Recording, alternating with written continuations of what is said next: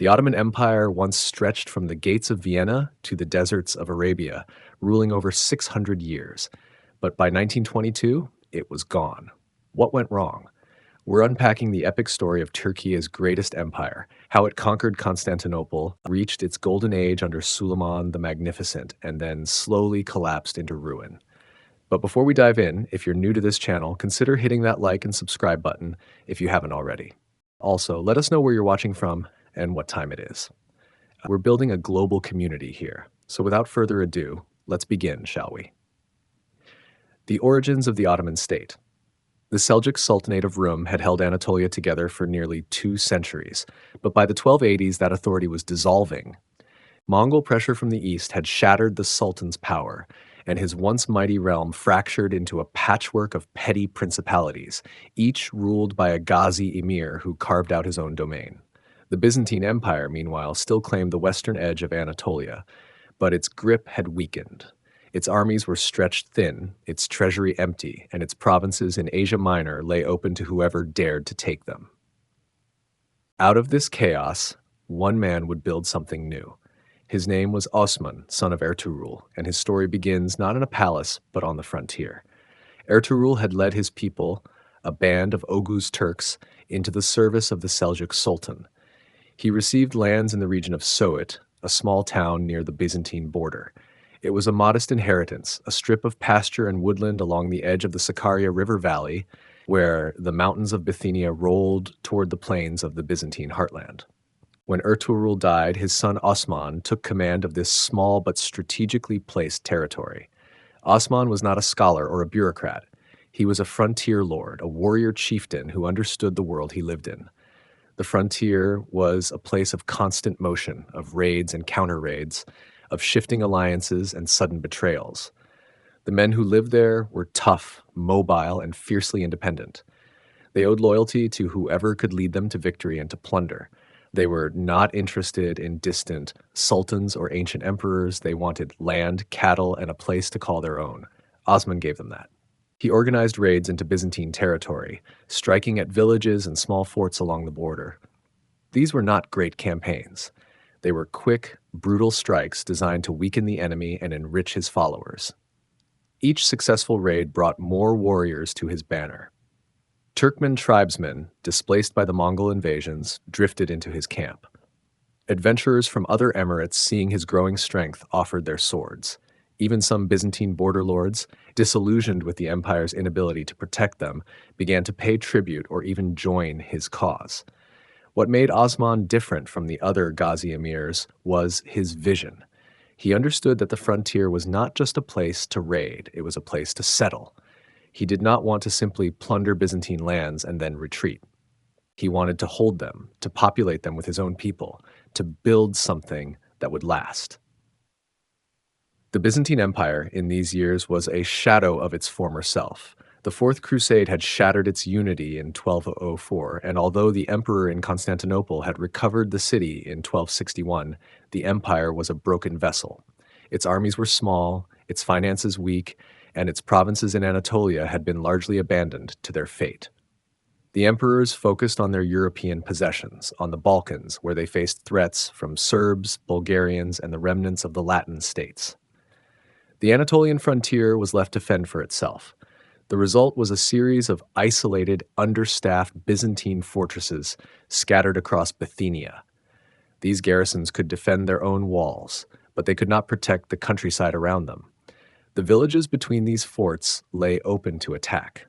The peasants, caught between the demands of distant Constantinople and the raids of the frontier Turks, had little reason to remain loyal to the empire. Osman exploited this situation with patience and skill. He did not try to storm the great cities, not at first. He understood that his forces were too small, his siege equipment too primitive. Instead, he isolated these cities. He captured the smaller towns around them, the forts that protected their supply lines, the villages that fed them. One by one, he choked off the arteries that connected these Byzantine strongholds to the outside world. The first major target was Kulukahisar, a smaller fortress that guarded the approaches to the larger city of Beylik. Osman's men took it in a night assault, scaling the walls with ropes and ladders.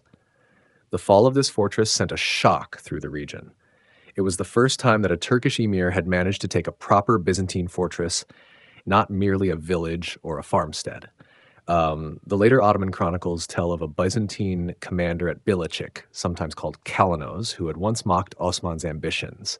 These accounts are semi-legendary, written centuries after the events they describe, and the details are uncertain. What is better attested is the story of Kose Mihal, the lord of Harmankaya, who became Osman's close ally and converted to Islam. This pattern of alliance and conversion was one that Osman would repeat. He was not interested in slaughter. He was interested in building a state, and states need people. A dead enemy was a wasted resource. A converted enemy could become a loyal soldier, a tax-paying subject, a useful administrator. Osman's growing power attracted the attention of the Ilkhanate, the Mongol state that now claimed suzerainty over much of Anatolia. The Mongols had crushed the Seljuk Sultanate at the Battle of Kose Dağ in 1243, and since then they had treated the Anatolian emirates as vassals. They demanded tribute and obedience, and they punished those who defied them. Osman, however, was careful. He did not openly defy the Mongols. He paid tribute when he had to, and he kept his ambitions focused on the Byzantine frontier, not on Mongol-held territory. He understood that the Mongols were a distant power, more interested in collecting taxes than in governing the frontier. As long as he did not provoke them, they would leave him alone. His greatest challenge came from within the wider Turkish world. The other emirates of Anatolia watched Osman's rise with envy and suspicion. Some of them openly raided his territory, hoping to seize his gains for themselves. Osman responded with a combination of diplomacy and force. He married into influential families, forming alliances that bound other emirs to him. He also made war on those who refused to recognize his authority, gradually expanding his territory at their expense. The key to Osman's success, however, was his ability to maintain the loyalty of his warriors. The Ghazi ethos demanded that a leader share the fruits of victory with his followers. Osman did this generously. He distributed captured lands among his commanders, giving them a personal stake in the survival and expansion of his state. He also established a system of succession that, while not yet formalized, ensured that his sons and their descendants would continue his work. The Byzantine response to Osman's advances was slow and ineffective. The empire's armies were tied down in the Balkans, where the Catalan Company, a band of mercenaries, had turned against their Byzantine employers and were ravaging Thrace. Emperor Andronikos II could not spare troops for Anatolia. He could only watch as Osman's forces crept closer to the Bithynian heartland. Osman took advantage of this distraction. He pushed his raids deeper into Byzantine territory, reaching the outskirts of Nicaea, one of the empire's most important cities. The siege of Nicaea would come later, under his son. For now, Osman was content to harass its defenses, to burn its suburbs, and to cut off its supplies. He did not need to take the city. He only needed to prove that he could. Around 1301 or 1302, Osman faced a bite army at the Battle of Baphius, near the city of Nicomedia. The exact date is uncertain. Most modern scholars, following the contemporary historian George Pachymeres, place it on the 27th of July, 1302. The Byzantine force was small, a hastily assembled collection of local levies and mercenaries, led by a general named George Muzalan. Osman's warriors were veterans of years of frontier warfare, hardened by constant campaigning. They outnumbered the Byzantines and fought with a ferocity that the imperial troops could not match. The battle was a decisive Ottoman victory. Muzalan was killed, and his army scattered. The victory at Baphius established Osman's reputation as the premier Ghazi commander in northwestern Anatolia. It also marked the beginning of the end for Byzantine power in the region. After Baphius, the Byzantine emperor could no longer pretend that Osman was a mere brigand or a temporary nuisance. He was a genuine threat, a new power in Anatolia. What made Osman's state different from the other emirates that had risen and fallen in Anatolia? The answer lies in his approach to governance. Osman was not a nomadic conqueror, interested only in plunder. He was a builder, a founder of institutions. He established a court, appointed officials, and created a system of administration that could govern the territories he conquered. He also showed a remarkable tolerance for his Christian subjects. They were allowed to keep their churches, their customs, and their land in exchange for a poll tax. This was not mere charity. It was practical policy.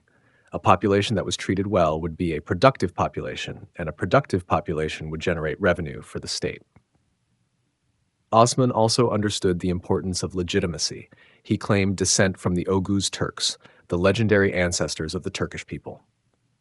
Later Ottoman tradition and chroniclers would retroactively bestow upon him the title of Sultan, projecting the imperial dignity of their own era back onto the founder of their dynasty.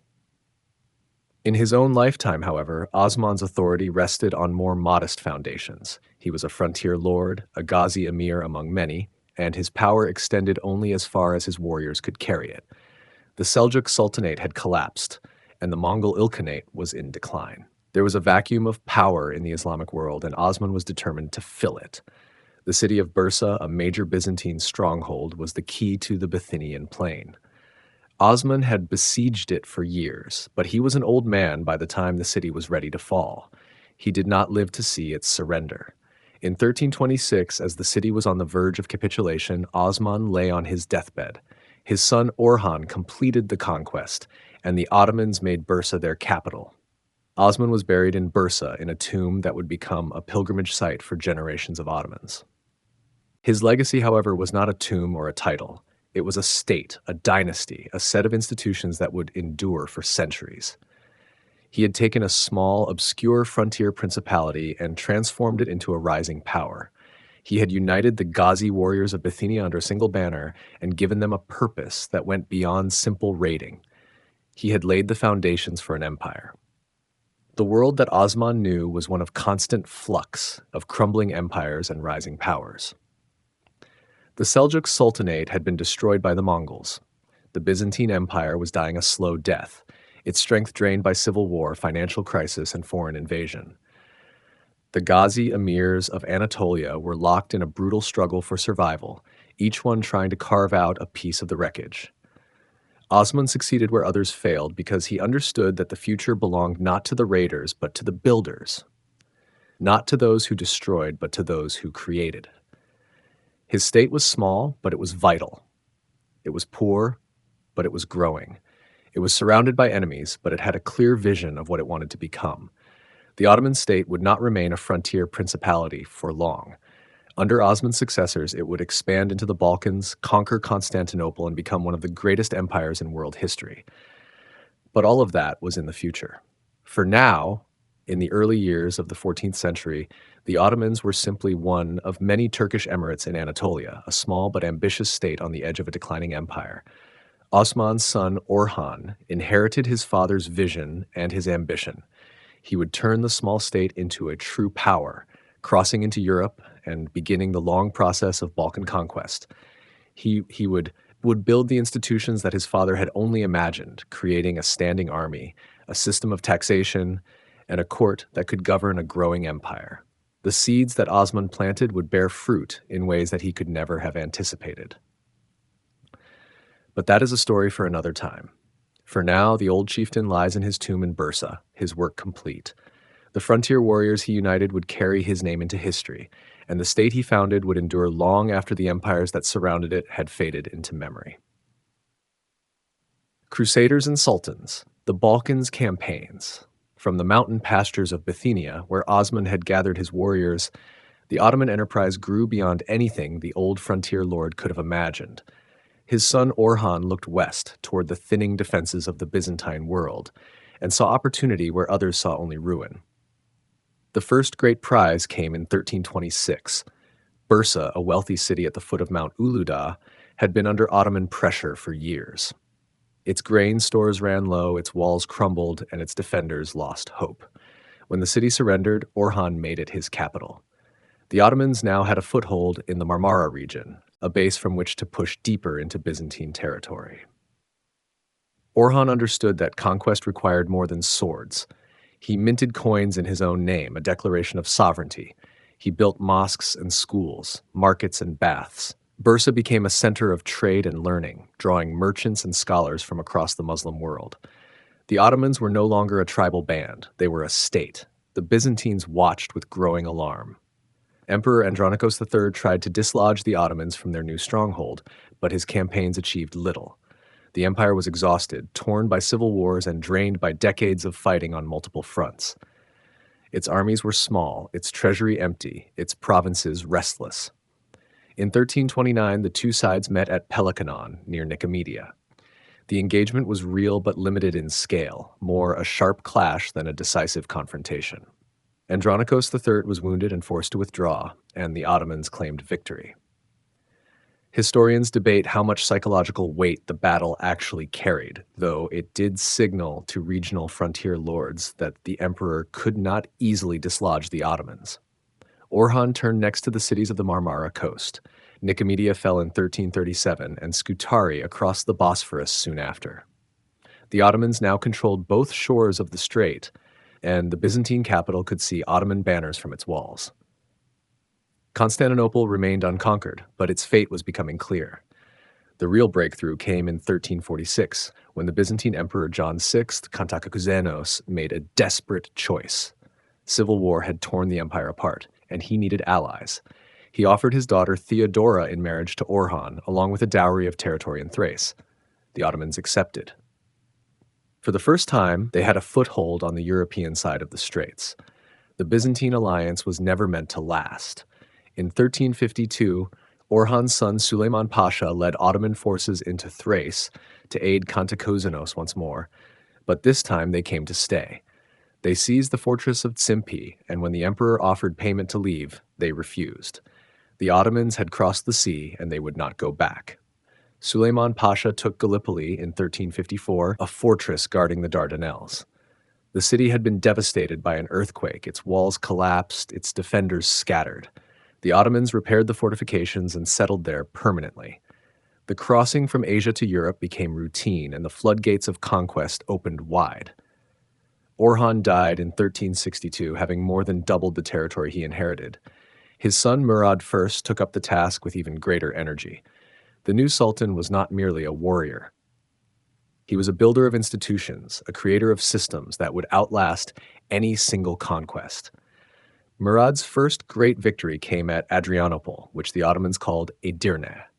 The city fell in 1369, and Murad made it his capital, closer to the front lines of expansion.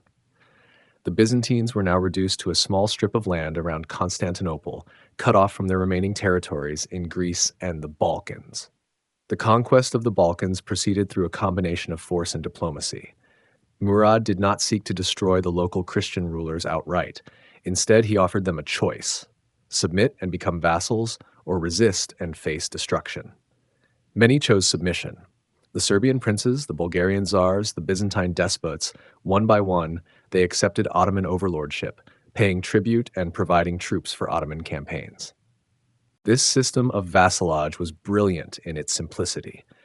The local rulers kept their lands and their titles, but they lost their independence. They marched with Ottoman armies, fought Ottoman wars, and sent their sons as hostages to the Sultan's court. Each generation of hostages grew up in Ottoman service, learning Ottoman ways, and returned home as loyal servants of the empire. Murad also built a new military instrument that would become the terror of Europe. The Janissary Corps, the Yenicheri, or New Soldiers, were recruited from Christian boys taken in the Devshirme, the child levy. Every few years, Ottoman officials would visit Christian villages and select the healthiest, strongest boys, aged 8 to 18. The boys were converted to Islam and subjected to rigorous training in discipline, obedience, and martial skill. The Janissaries were forbidden to marry, to own property, or to engage in trade. Their only loyalty was to the Sultan. Their only profession was war. They lived together, ate together, fought together. They were paid regular salaries, a rarity in an age when most soldiers fought for plunder. They were also given muskets and artillery, making them one of the first standing gunpowder armies in the world. The Janissaries became the elite of the Ottoman military, feared for their discipline and their ferocity. They were the Sultan's personal guard, his shock troops, his instrument of absolute power. They would remain a force in Ottoman politics for centuries, sometimes making and unmaking sultans themselves. With this new army at his back, Murad pushed deeper into the Balkans. The Bulgarians were subdued in a series of campaigns that reduced their czar to a vassal. The Serbians, who had once dominated the region under their great emperor Stefan Dusan, were now divided among rival princes, unable to present a united front. In 1387, the Ottomans captured Thessaloniki, the second city of the Byzantine world. The conquest was brutal. Many inhabitants were enslaved, others fled. The city would remain under Ottoman rule for nearly 5 centuries. But the greatest test came in 1389, on the plain of Kosovo. A coalition of Serbian, Bosnian, and Albanian forces led by Prince Lazar of Serbia had gathered to stop the Ottoman advance once and for all. Both sides knew that the battle would decide the fate of the Balkans. The armies met on June 15, 1389, the feast day of St. Vitus, which the Serbs called Vidovdan. The battle raged from dawn to dusk. The Christian knights charged repeatedly into the Ottoman lines, their heavy cavalry breaking through formations of infantry and archers. The Janissaries held their ground, their discipline and training proving superior to the impetuous charges of the feudal lords. The fighting was savage. Both sides suffered terrible losses. Murad himself was killed, stabbed by a Serbian nobleman who pretended to surrender, but the Ottoman command structure held. Murad's son Bayezid took command and rallied the troops. The Serbian resistance collapsed, and Prince Lazar was captured and executed. The Battle of Kosovo was a turning point. The Serbian Empire, already weakened, was now broken beyond repair. The other Balkan states quickly submitted to Ottoman authority, seeking terms while they still could.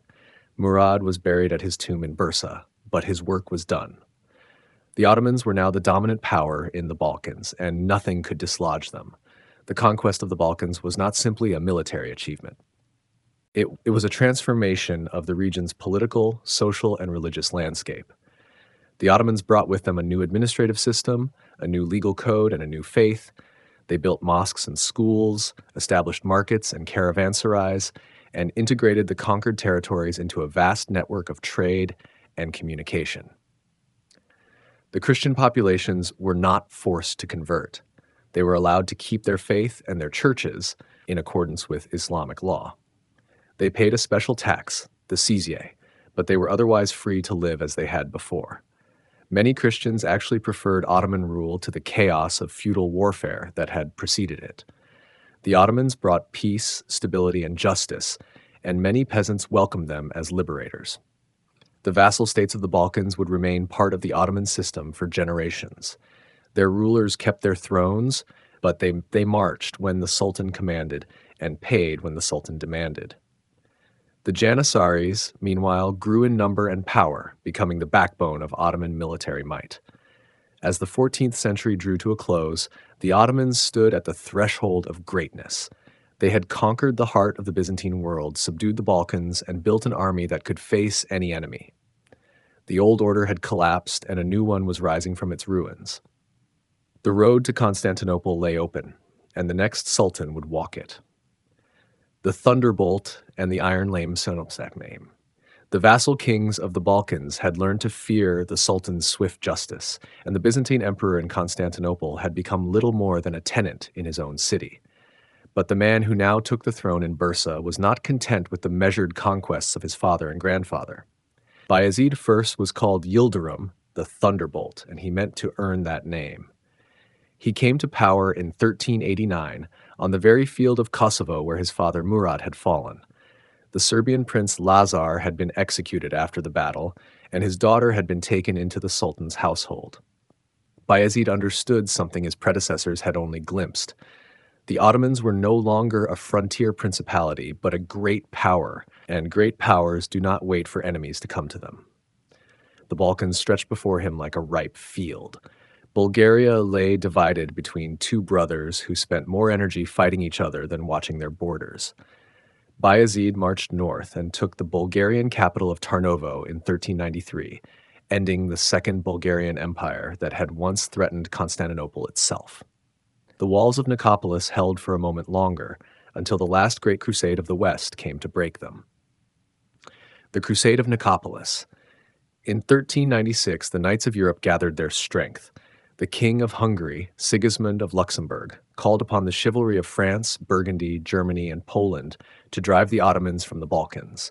They came with gleaming armor and ancient pride, led by the young John the Fearless of Burgundy. Chroniclers said the French knights boasted they would slice through the Ottomans like a scythe through wheat. Bayezid heard of their approach while besieging Constantinople. He lifted the siege with the speed that gave him his name and marched his army north through the mountain passes. The Crusaders had already taken the fortress of Nicopolis on the Danube, and they waited there, confident that the Sultan would not dare face the flower of European knighthood. The battle came on September 25th in 1396. The French knights, impatient for glory, charged without waiting for Sigismund's orders. They rode through the first line of Ottoman infantry, the Azabs and Akinjus, who served as skirmishers. The knights thought they had won already. Then they met the Janissaries. These were the soldiers Bayezid's father had created. Christian boys taken through the Devshirme, converted to Islam, trained from childhood in the arts of war. They fought in disciplined ranks behind a palisade of sharpened stakes, and they did not break. The exhausted French knights found themselves surrounded, pulled from their horses, captured, or killed. When Sigismund's Hungarians arrived, they saw the severed heads of their allies mounted on poles and fled. The crusade ended at Nicopolis. Bayezid executed most of the prisoners, sparing only the young John the Fearless, who was ransomed for an enormous sum. The victory made the Ottomans the undisputed masters of the Balkans. Bulgaria was annexed outright, and the remaining Serbian lords became loyal vassals.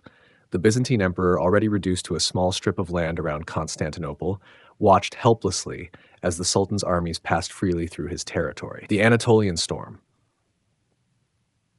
But Bayezid's ambitions were not confined to Europe. In Anatolia, the once mighty Seljuk Sultanate had fragmented into a dozen smaller states, the beyliks. These Turkish principalities had once been allies or rivals of the early Ottomans, but now they were weak and divided. Bayezid turned east and absorbed them one by one, the Jermian, the Saruhan, the Aydin, the Menteşe. He took their lands, their treasuries, and their soldiers into his service. The Byzantine Emperor Emmanuel II tried to play a dangerous game. He traveled to Europe, begging for aid against the Ottoman advance. He visited Paris and London, impressing the courts of the West with his learning and his piety, but no armies followed him home. The Christian powers of Europe were too busy with their own quarrels, and Constantinople was left to face the thunderbolt alone. Bayezid built a fortress on the Asian shore of the Bosporus called Anadolu and then another on the European side, Rumeli Hisara. The strait was closed. Constantinople was now a prison with walls, and the Sultan controlled the gates. He called upon the city to surrender, and when the emperor refused, Bayezid prepared for a long siege. The Iron Lame.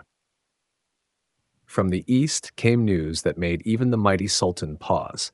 A new conqueror had risen in Central Asia. His name was Timur, and he called himself the Lord of the Fortunate Conjunction.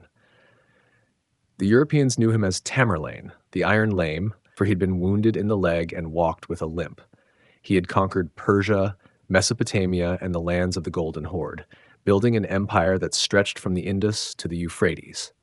Timur was a Turk like Bayezid, but he was not a descendant of Genghis Khan by blood. He came from the Barlas tribe, a Turco-Mongol clan of Transoxiana, and his rise had been built on military skill and political cunning rather than noble lineage.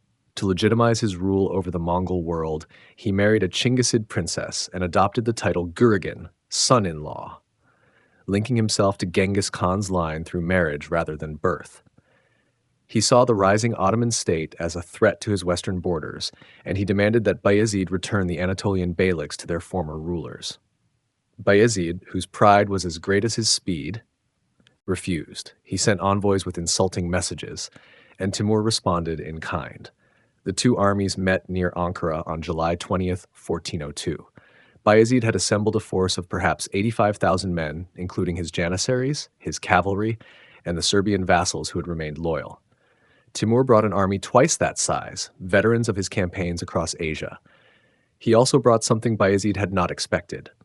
The rulers of the Anatolian beyliks, whom Bayezid had deposed, rode with Timur's forces, ready to reclaim their lands. The battle was decided before it began. Many of Bayezid's Anatolian troops recognized their former lords in Timur's army and changed sides. The rest fought bravely, but were overwhelmed by sheer numbers. Bayezid himself refused to retreat. He fought until his horse was killed beneath him, and then he was captured. The Sultan, who had been called the Thunderbolt, was brought before Timur in chains. Some chroniclers say Timur treated him with respect, offering him a tent and attendance.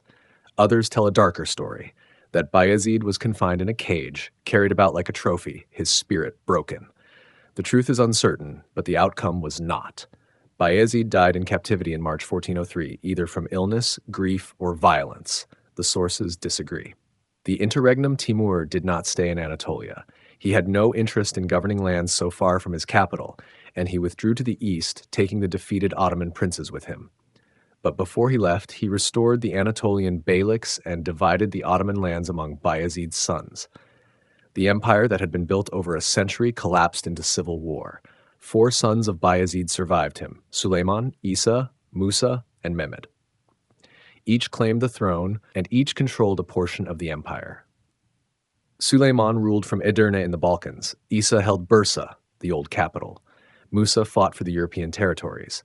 Mehmed, the youngest, gathered support in Anatolia. The next 11 years were a time of chaos. Brothers fought brothers, and the Christian powers of the Balkans took advantage of the confusion. The Byzantine emperor even helped one faction against another, hoping to restore some of his lost influence. But the Ottoman state did not die. It was wounded, weakened, and divided, but the deep roots of the institutions that Osman had planted and Orhan and Murad had cultivated remained alive. Mehmed, called Çelebi, proved the most able of the brothers. He defeated Isa first, then Musa, and finally forced Suleiman's son to flee into Byzantine territory. By 1413, he had reunited the Ottoman domains. He would rule as Mehmed I, and he would begin the slow work of rebuilding what his father had lost. But the interregnum had left scars. The empire that Bayezid had expanded so rapidly had contracted just as quickly. The beyliks of Anatolia were independent again. The Balkans had slipped from Ottoman control in places. The Byzantines, who had seemed doomed, had gained another century of life. And the question of Constantinople remained unanswered, waiting for a sultan with the will and the means to finish what the Thunderbolt had begun. The Medes March, conquest of Constantinople, the Thunderbolt had fallen, and the iron blade had struck. Bayezid's swift conquests lay shattered at Ankara, and for a decade, the Ottoman realm endured chaos. Princes warring, brothers blinding brothers, and the Balkans slipping from their grasp. But from that wreckage rose a new order, patient and methodical, rebuilding what had been lost. By the time Mehmed II took the throne in 1451, the Ottomans had recovered their Anatolian lands and much of their European holdings. Yet something remained unfinished, a prize that had eluded his ancestors for over a century. Constantinople. The city stood where 2 continents met, a jagged finger of land pointing toward Asia. Its walls had protected it for 1,000 years. The Theodosian walls, 3 layers deep, with towers and moats and ditches, had repelled every invader: Avars, Arabs, Bulgars, and even the Ottomans themselves. The city seemed eternal, a relic of Rome's glory that refused to die. But Mehmed looked at those walls and saw not an obstacle, but a challenge. He was only 19 years old when he decided to take what no one else could. His first act was peace. He renewed treaties with Venice and Hungary, lulling them into complacency. He sent friendly messages to the Byzantine emperor, Constantine V, promising friendship and goodwill. The emperor suspected nothing. He had heard rumors of Mehmed's ambition, but the young sultan seemed focused on other matters. Mehmed even built a fortress on the European shore of the Bosphorus, at the narrowest point of the strait. He called it Boğazkesin, the cutter of the throat. Constantine sent envoys to protest, but Mehmed dismissed them. The fortress rose quickly, its walls thick, its cannons pointed at any ship that might try to pass without permission. The siege began in April of 1453. Mehmed brought an army of perhaps 80,000 men with thousands of horses, camels, and wagons. He brought engineers, miners, and bombardiers. Most importantly, he brought cannons, great bronze tubes that could hurl stone balls weighing hundreds of kilograms. A Hungarian engineer named Urban had offered his services to Constantine first, but the emperor could not pay him. So Urban went to Mehmed, who paid him 4 times what he asked and gave him unlimited resources. The largest cannon was enormous, 9 meters long, drawn by 60 oxen with 200 men guiding it. It could fire only 7 times a day, so hot did it become, but each shot shook the earth. The defenders numbered only about 7,000 men. Constantine was a capable leader, and his soldiers were determined, but they were few. They closed the great gates, chained the harbor entrance with a massive boom, and prayed. The city was full of relics and icons, and the people believed that the Virgin Mary would protect them. Some recalled an old prophecy that the city would never fall until an emperor named Constantine, son of Helen, ruled. Surely, they thought, this Constantine would be the last and the city would endure. Mehmed's cannons opened fire on the walls. The bombardment was terrible, unlike anything the defenders had ever seen. Stone balls crashed into the ancient masonry, and the walls, which had stood for centuries, began to crumble. The Ottomans filled the great moat with earth and debris, leveling it for an assault. They tried to mine beneath the walls, but the defenders discovered the tunnels and flooded them. They tried to scale the walls with ladders, but the defenders pushed them back with boiling oil and arrows. Day after day, the attacks came, and day after day, the defenders held.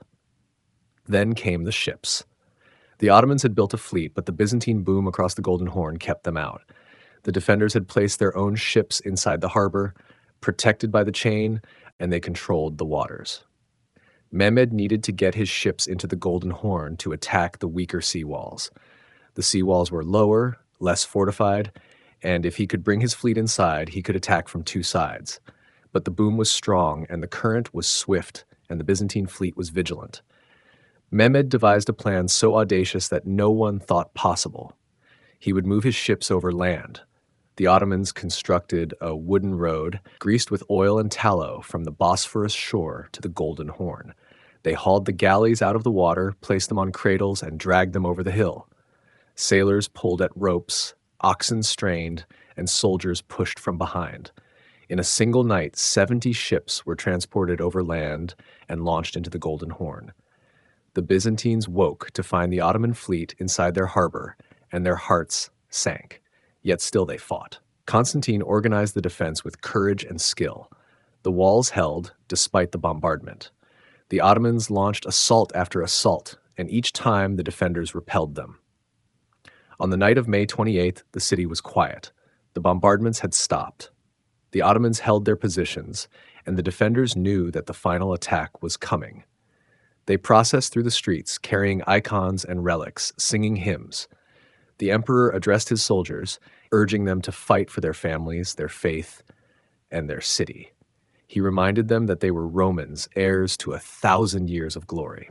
The final assault came at dawn on May 29th. Wave after wave of Ottoman soldiers attacked the walls. The first wave, the irregulars, was repelled.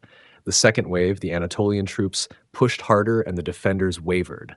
Then the Janissaries, the elite corps of the Ottoman army, advanced in disciplined formations. They moved through the breaches, climbing over the rubble, and the defenders fell back. A soldier named Ulubatlı Hasan was the first to plant the Ottoman banner on the wall, and though he was killed moments later, his action rallied the attackers. The end came quickly after that. Constantine saw that the city was lost. He threw off his imperial insignia and charged into the fray, never to be seen again. The Ottomans poured through the gates and over the walls, and the city fell to looting. For 3 days, the soldiers took what they pleased, but Mehmed soon put an end to the destruction. He walked through the ruined city, speaking to his men, and he wept at the damage. He had wanted the city intact, a jewel for his empire, not a pile of ash. Mehmed entered the great church of Hagia Sophia, where thousands of civilians had taken refuge. The doors were broken down, and the soldiers entered, but Mehmed stopped them. He walked to the altar and bent to the ground, taking a handful of dust and pouring it over his turban, a gesture of humility before God. He then ordered the church converted into a mosque. The city would have a new life, a new identity, but its name would remain, softened into Istanbul.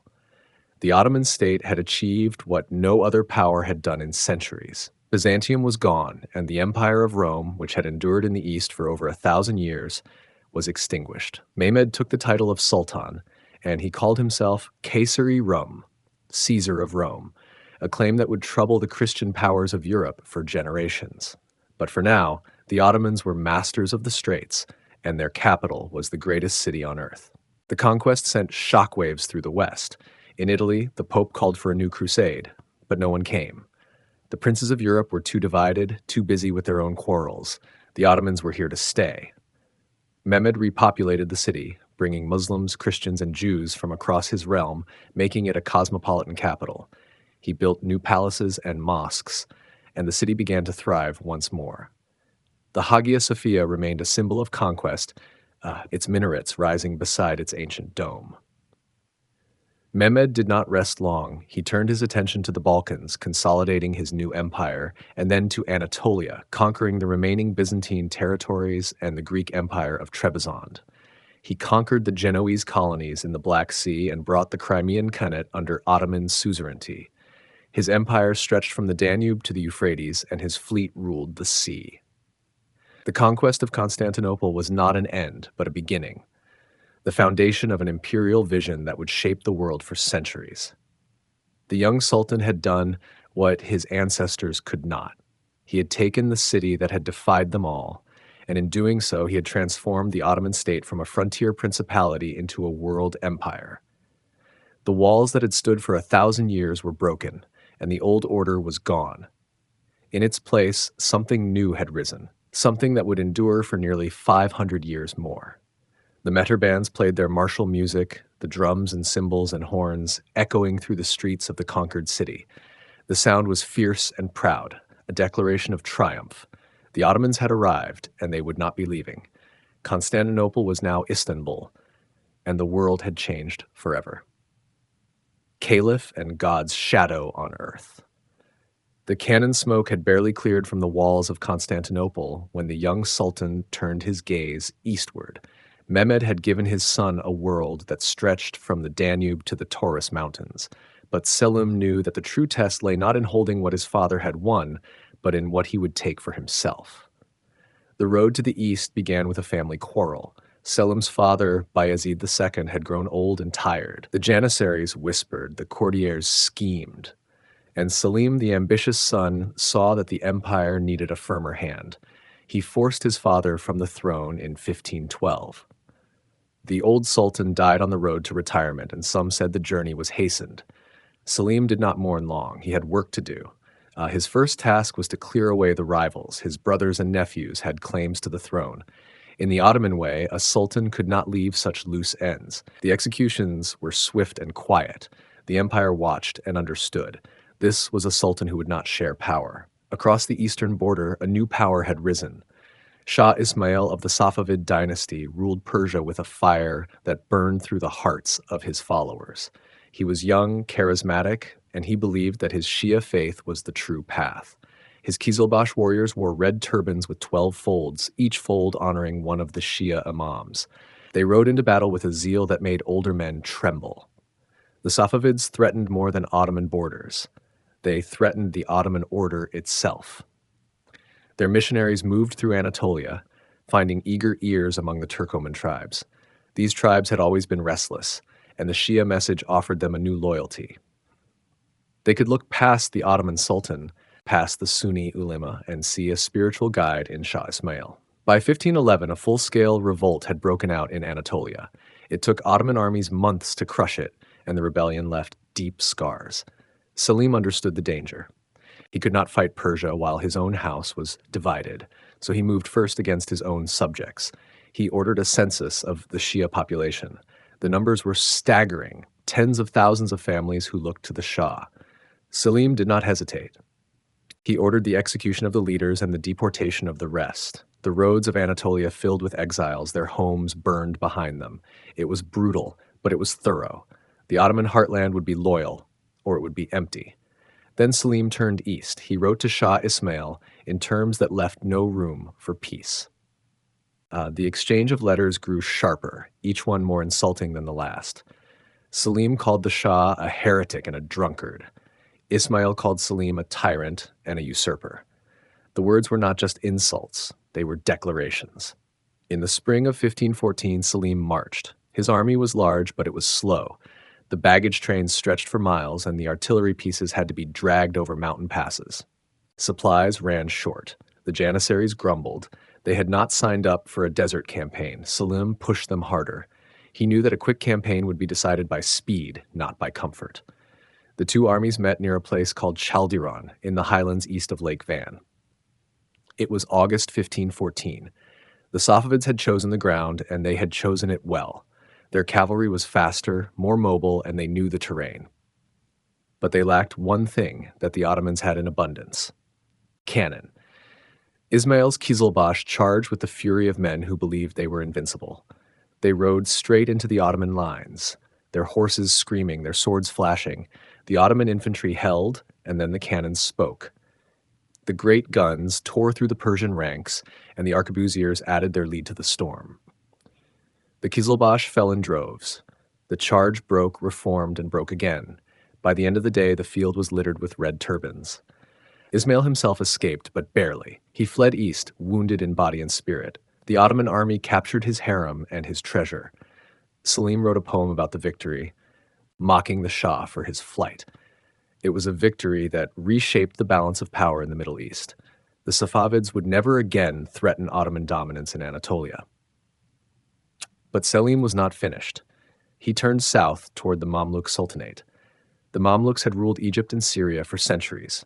They were a warrior caste, originally slave soldiers, who had carved out a dynasty that controlled the richest lands in the Arab world. Their sultan, Kansu al-Ghauri, watched the Ottoman advance with growing alarm. He knew that Selim would not stop at the Taurus Mountains. The official pretext for war was thin. The Mamluks had allied with the Safavids, or so Selim claimed. They had also refused to let Ottoman forces pass through their territory. The real reason was simpler. The Mamluks controlled the holy cities of Mecca and Medina. They held the title of Caliph, the nominal leader of the Sunni world, and they sat astride the trade routes that brought spices and silks from the east. Selim wanted all of it.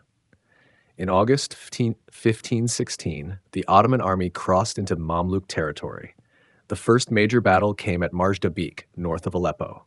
The Mamluks fought bravely, but they had not modernized. Their cavalry charges broke against the same combination of cannon and arquebus that had won at Chaldiran.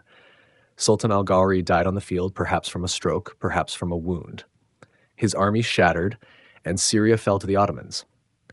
The conquest of Syria was swift, but Egypt remained. The new Mamluk Sultan, Tumanbay, was a man of courage. He refused to surrender. He organized the defense of Cairo, preparing for a siege that he knew would be desperate. Selim marched south through the desert, his army enduring thirst and heat, and reached the outskirts of Cairo in January 1517. The battle for Cairo was brutal. Tumanbay had prepared a trap, but Selim saw through it. The Mamluks fought house to house, street to street. The city burned. The dead lay in piles at the gates. After 6 days, the resistance collapsed. Tumanbay fled, but he was captured a few months later. Selim ordered his execution. The last Mamluk Sultan was hanged from the gate of Cairo, a grisly end to a dynasty that had once ruled the Nile. With Egypt under his control, Selim acquired something more valuable than territory. He acquired legitimacy. The Abbasid Caliph, a puppet figure who had lived under Mamluk protection for centuries, was brought before the Ottoman Sultan. The story says that he formally transferred the caliphate to Selim and his descendants. The truth is messier. The transfer was more of a claim than a ceremony, but the result was clear. From that moment, the Ottoman sultans could call themselves caliphs, the shadow of God on earth. The guardianship of the holy cities followed naturally. Mecca and Medina had been under Mamluk protection. Now they looked to Constantinople. The Sharif of Mecca, the local ruler who held the keys to the holy places, sent a delegation to Selim. He offered submission. Selim accepted, and with that acceptance came the holy duty to protect the pilgrimage routes, to ensure the safety of the faithful, to maintain the sacred spaces of Islam. Selim returned to Constantinople in 1518, a conqueror in the mold of Alexander. He had more than doubled the empire's territory. He had destroyed two great powers. He had made the Ottomans the undisputed masters of the Eastern Mediterranean. But the campaigns had taken their toll. The constant marching, the battles, the decisions of life and death, all of it had worn him down. In 1520, Selim fell ill. The sickness was sudden and severe. Some said it was cancer. Others whispered of poison, set by a hand from within his own court. The Sultan died in September at the age of 50. His body was buried in Istanbul in a tomb that he had built himself, modest by the standards of his successors. He had ruled for only 8 years, but in that short time he had changed the world. Selim left behind a son, Suleiman. The young prince had been groomed for greatness, trained in the arts of war and governance. He was in his mid-20s, eager and ambitious. The empire he inherited was wealthy, powerful, and feared.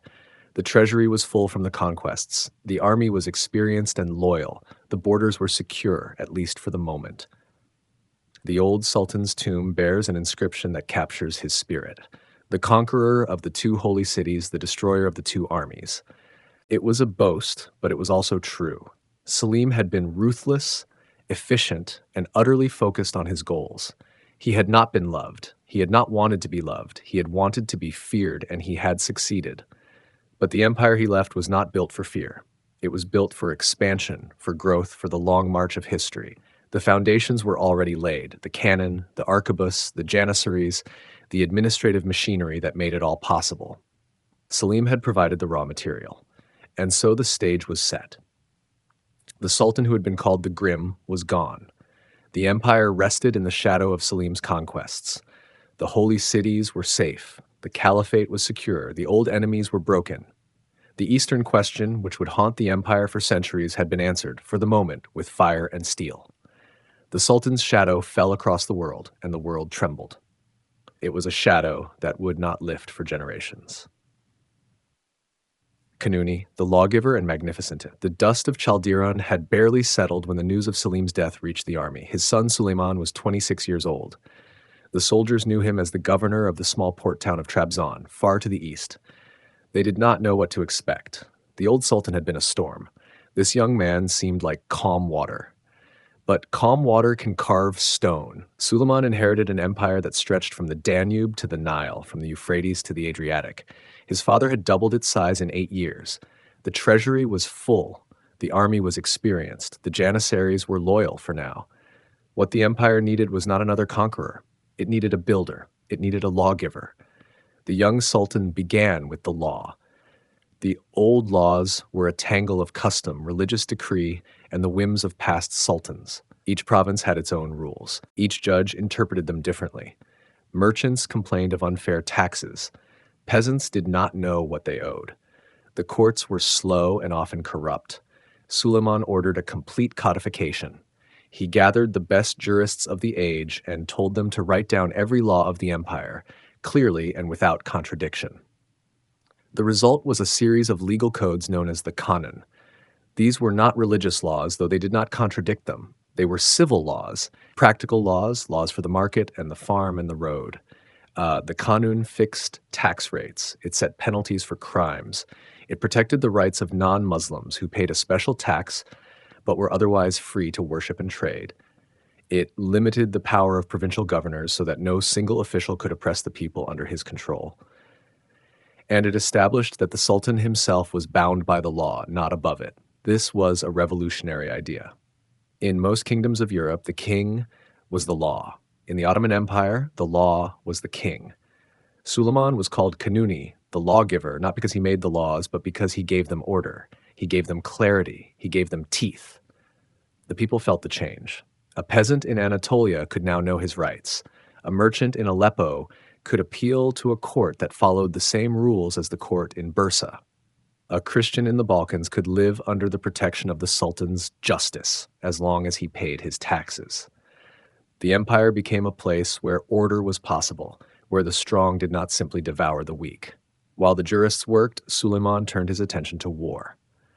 The Balkans were restless. The Kingdom of Hungary to the north had long been a thorn in the Ottoman side. Its king, Louis II, was young and arrogant. He refused to pay tribute. He mocked the Sultan's envoys. He thought the mountains of Hungary would protect him. Suleiman marched north in 1521. His army was vast, 100,000 men or more, with the mehtер bands playing their drums and the janissaries marching in perfect order. The first target was Belgrade, the great fortress at the confluence of the Danube and the Sava. The Hungarians had held it for decades. They called it the Gate of Christendom. The siege lasted 3 weeks. The Ottoman cannons, now the finest in the world, They battered the walls day and night. The defenders fought bravely, but they were outnumbered and outgunned. When the walls finally broke, the Janissaries poured through the gap. Belgrade fell. The road to Hungary was open, but Suleiman did not push further that year. He returned to Istanbul, leaving a garrison behind. He had other matters to attend to. The island of Rhodes was next. Rhodes was the stronghold of the Knights of St. John, a military order of Christian knights who had made their living by raiding Ottoman shipping. Their galleys preyed on merchant vessels. Their spies knew every port of the eastern Mediterranean. They were a constant irritant, a splinter under the skin of the empire. The knights had been on Rhodes for over 200 years. Their fortress was considered unbreakable. It sat on a rocky promontory, surrounded by massive walls and deep moats. The knights had survived siege after siege, including one by Mehmed the Conqueror himself. Suleiman came with a fleet and an army. He offered the knights a choice: surrender and leave with their lives, or resist and be destroyed. The Grand Master of the order, a man named Philippe de Villiers de l'Isle-Adam, chose to resist. He believed the walls would hold. He believed help would come from Europe. No help came. The siege lasted 6 months. The Ottoman miners dug tunnels under the walls. The cannons fired from land and sea. The knights fought with desperate courage, but one by one, their bastions fell. In December 1522, the Grand Master surrendered. Suleiman, showing the magnanimity that would become his trademark, allowed the knights to leave with their weapons and their treasures. They sailed to Crete, then to Malta, where they would remain a nuisance but never again a threat. The Sultan returned to Istanbul in triumph. He was now the master of the eastern Mediterranean. But his ambition was not satisfied. In 1526, he marched north again, this time with the full force of the empire. The Hungarian king had refused to learn from Belgrade. He had refused to pay tribute. He had insulted the Sultan's ambassadors. He would pay for his arrogance. The two armies met at the plain of Mohacs, south of Buda. The Hungarians had about 25,000 men. The Ottomans had over 80,000. The battle lasted 2 hours. The Hungarian cavalry charged bravely, but they were cut down by cannon fire and the massed ranks of the Janissaries. King Louis himself was killed, drowning in a marsh as he tried to flee. The road to Buda lay open. Suleiman entered the Hungarian capital without resistance. He took the royal palace, the treasury, and the library. He did not stay long. He had no intention of annexing Hungary directly. Instead, he placed a vassal on the throne, a Transylvanian nobleman named John Zapolya, who would rule in the Sultan's name. But the Habsburgs had other ideas. Ferdinand of Austria, the brother of Emperor Charles V, claimed Hungary for himself. He invaded from the west, driving Zapolya out of Buda. Suleiman was forced to return. In 1529, he laid siege to Vienna. This was the farthest point west the Ottomans would ever reach. The city was defended by a small garrison, but the walls were strong, and the autumn rains had turned the roads to mud. The Ottoman cannons were too heavy to move quickly. The siege dragged on for 3 weeks. The Janissaries were exhausted. The weather was turning cold. Suleiman lifted the siege and marched home. He had not taken Vienna, but he had made his point. The Habsburgs would never be safe. The Ottoman army could appear at any time, at any place. The emperor would have to keep his best troops on the Danube, away from the wars in Italy and France. The Sultan did not lose sleep over Vienna. He had other fronts to worry about. In the Mediterranean, the Ottoman navy was growing stronger. In the east, the Safavids were stirring again. And in the capital, there was work to do. Suleiman was not only a lawgiver and a warrior, he was also a builder. The city of Istanbul, which had been the Byzantine capital of Constantinople, was now the heart of a vast empire. Suleiman wanted it to be worthy of that role. He commissioned the greatest architect of the age, a man named Sinan, to create buildings that would last for centuries. Sinan was a genius. He had been a military engineer, building bridges and fortifications for the army. Now he turned his talents to mosques, schools, hospitals, and baths. His masterpiece was the Suleymaniye Mosque, which rose on a hill overlooking the Golden Horn. Its dome was larger than that of the Hagia Sophia. Its minarets pierced the sky. Its courtyards were filled with fountains and gardens. The Suleymaniye was not just a place of worship. It was a complex, a kuliye, that included a hospital, a medical school, a library, a bathhouse, and a soup kitchen for the poor. Suleiman understood that a great empire needed more than walls and cannons. It needed institutions. It needed places where knowledge could grow and where the needy could find shelter. The Sultan also patronized the arts. Poets, calligraphers, musicians, and painters gathered at his court. The imperial workshops produced ceramics, textiles, and manuscripts of breathtaking beauty.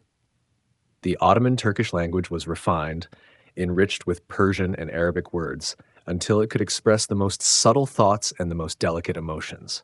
Suleiman himself wrote poetry under the pen name Muhibi, the lover. His verses, simple and sincere, were collected and read throughout the empire. He wrote of longing and loss, of the brevity of life, of the beauty of his wife Hürrem, the Russian-born woman who had captured his heart and would become the most powerful woman in the empire. Hürrem was a slave who rose to become the Sultan's legal wife, a position no other Ottoman Sultan had ever granted to a slave. She bore him several children and became his trusted advisor. She corresponded with foreign rulers, built mosques and charities, and used her influence to protect her sons. Her presence at court was a sign of Suleiman's willingness to break with tradition, to follow his own heart, even when the old ways said otherwise. But not all was harmony. The Sultan's eldest son, Mustafa, was popular with the Janissaries and the people. He was brave, handsome, and capable. But Hürrem wanted her own son, Selim, to inherit the throne. She whispered against Mustafa, suggesting that he was plotting to seize power. Suleiman, paranoid in his old age, believed her. In 1553, during a campaign against the Safavids, Suleiman summoned Mustafa to his tent. The young prince entered, expecting to receive his father's blessing. Instead, he was seized by the Sultan's guards and strangled with a bowstring. The execution was witnessed by the entire army. The soldiers wept openly. The Janissaries muttered in anger. Suleiman never recovered from this act. He had killed his own son, the pride of the army, on the word of a woman who may have been lying. His health declined. His mood darkened. He continued to rule, but the joy was gone. In his later years, the Sultan focused on the Mediterranean. The Ottoman navy, under the command of the great Admiral Hayreddin Barbarossa, had become the most powerful fleet in the sea. Barbarossa had been a corsair, a pirate, before he entered Ottoman service. He knew every island, every harbor, every current of the Mediterranean. He used that knowledge to raid the coasts of Italy and Spain, to capture Tunis, and to defeat the combined fleets of the Holy Roman Empire at Preveza in 1538. Suleiman watched these victories from Istanbul, too old and too ill to campaign in person. He sent his admirals to do his bidding. He signed the treaties. He received the ambassadors. He dispensed justice. He was still the lawgiver to Cap, still the shadow of God on earth, but the fire was fading. In 1566, at the age of 72, the Sultan led his last campaign. The target was the fortress of Sigitvar in Hungary, held by a Croatian nobleman named Nicholas Rinsky. The siege lasted a month. The defenders fought with desperate courage, but they were doomed. On the night before the final assault, Suleiman died in his tent. He was not on a battlefield, but in a camp, surrounded by his doctors and his servants. His death was kept secret from the army so that the soldiers would not lose heart. The assault went ahead as planned, and Sigitvar fell. The Sultan's body was embalmed and carried back to Istanbul. He was buried in the garden of the Süleymaniye Mosque in a simple tomb near the tomb of his wife, Hürrem. The empire he left behind was the largest and most powerful in the world. It stretched from Algiers to Baghdad, from Budapest to Mecca. Its laws were just, its cities were magnificent, its armies were feared, its navy ruled the waves. Suleiman had ruled for 46 years, longer than any Ottoman sultan before or after him. He had earned his titles. He was Kanuni, the lawgiver, who gave the empire its order. He was Muhtasham, the Magnificent, who gave it its glory. And he was the last of the great sultans, the last one who could truly call himself the ruler of the world. The empire he left behind was at its peak. But peaks, by their nature, are followed by descents. The sons of Suleiman were not like their father. They were weaker, less capable, less interested in the craft of ruling. The empire would continue for a time on the momentum he had created, but the seeds of decline were already planted. Lepanto's wake, the maritime struggle. Suleiman's long reign had ended, and with it the age of towering ambition.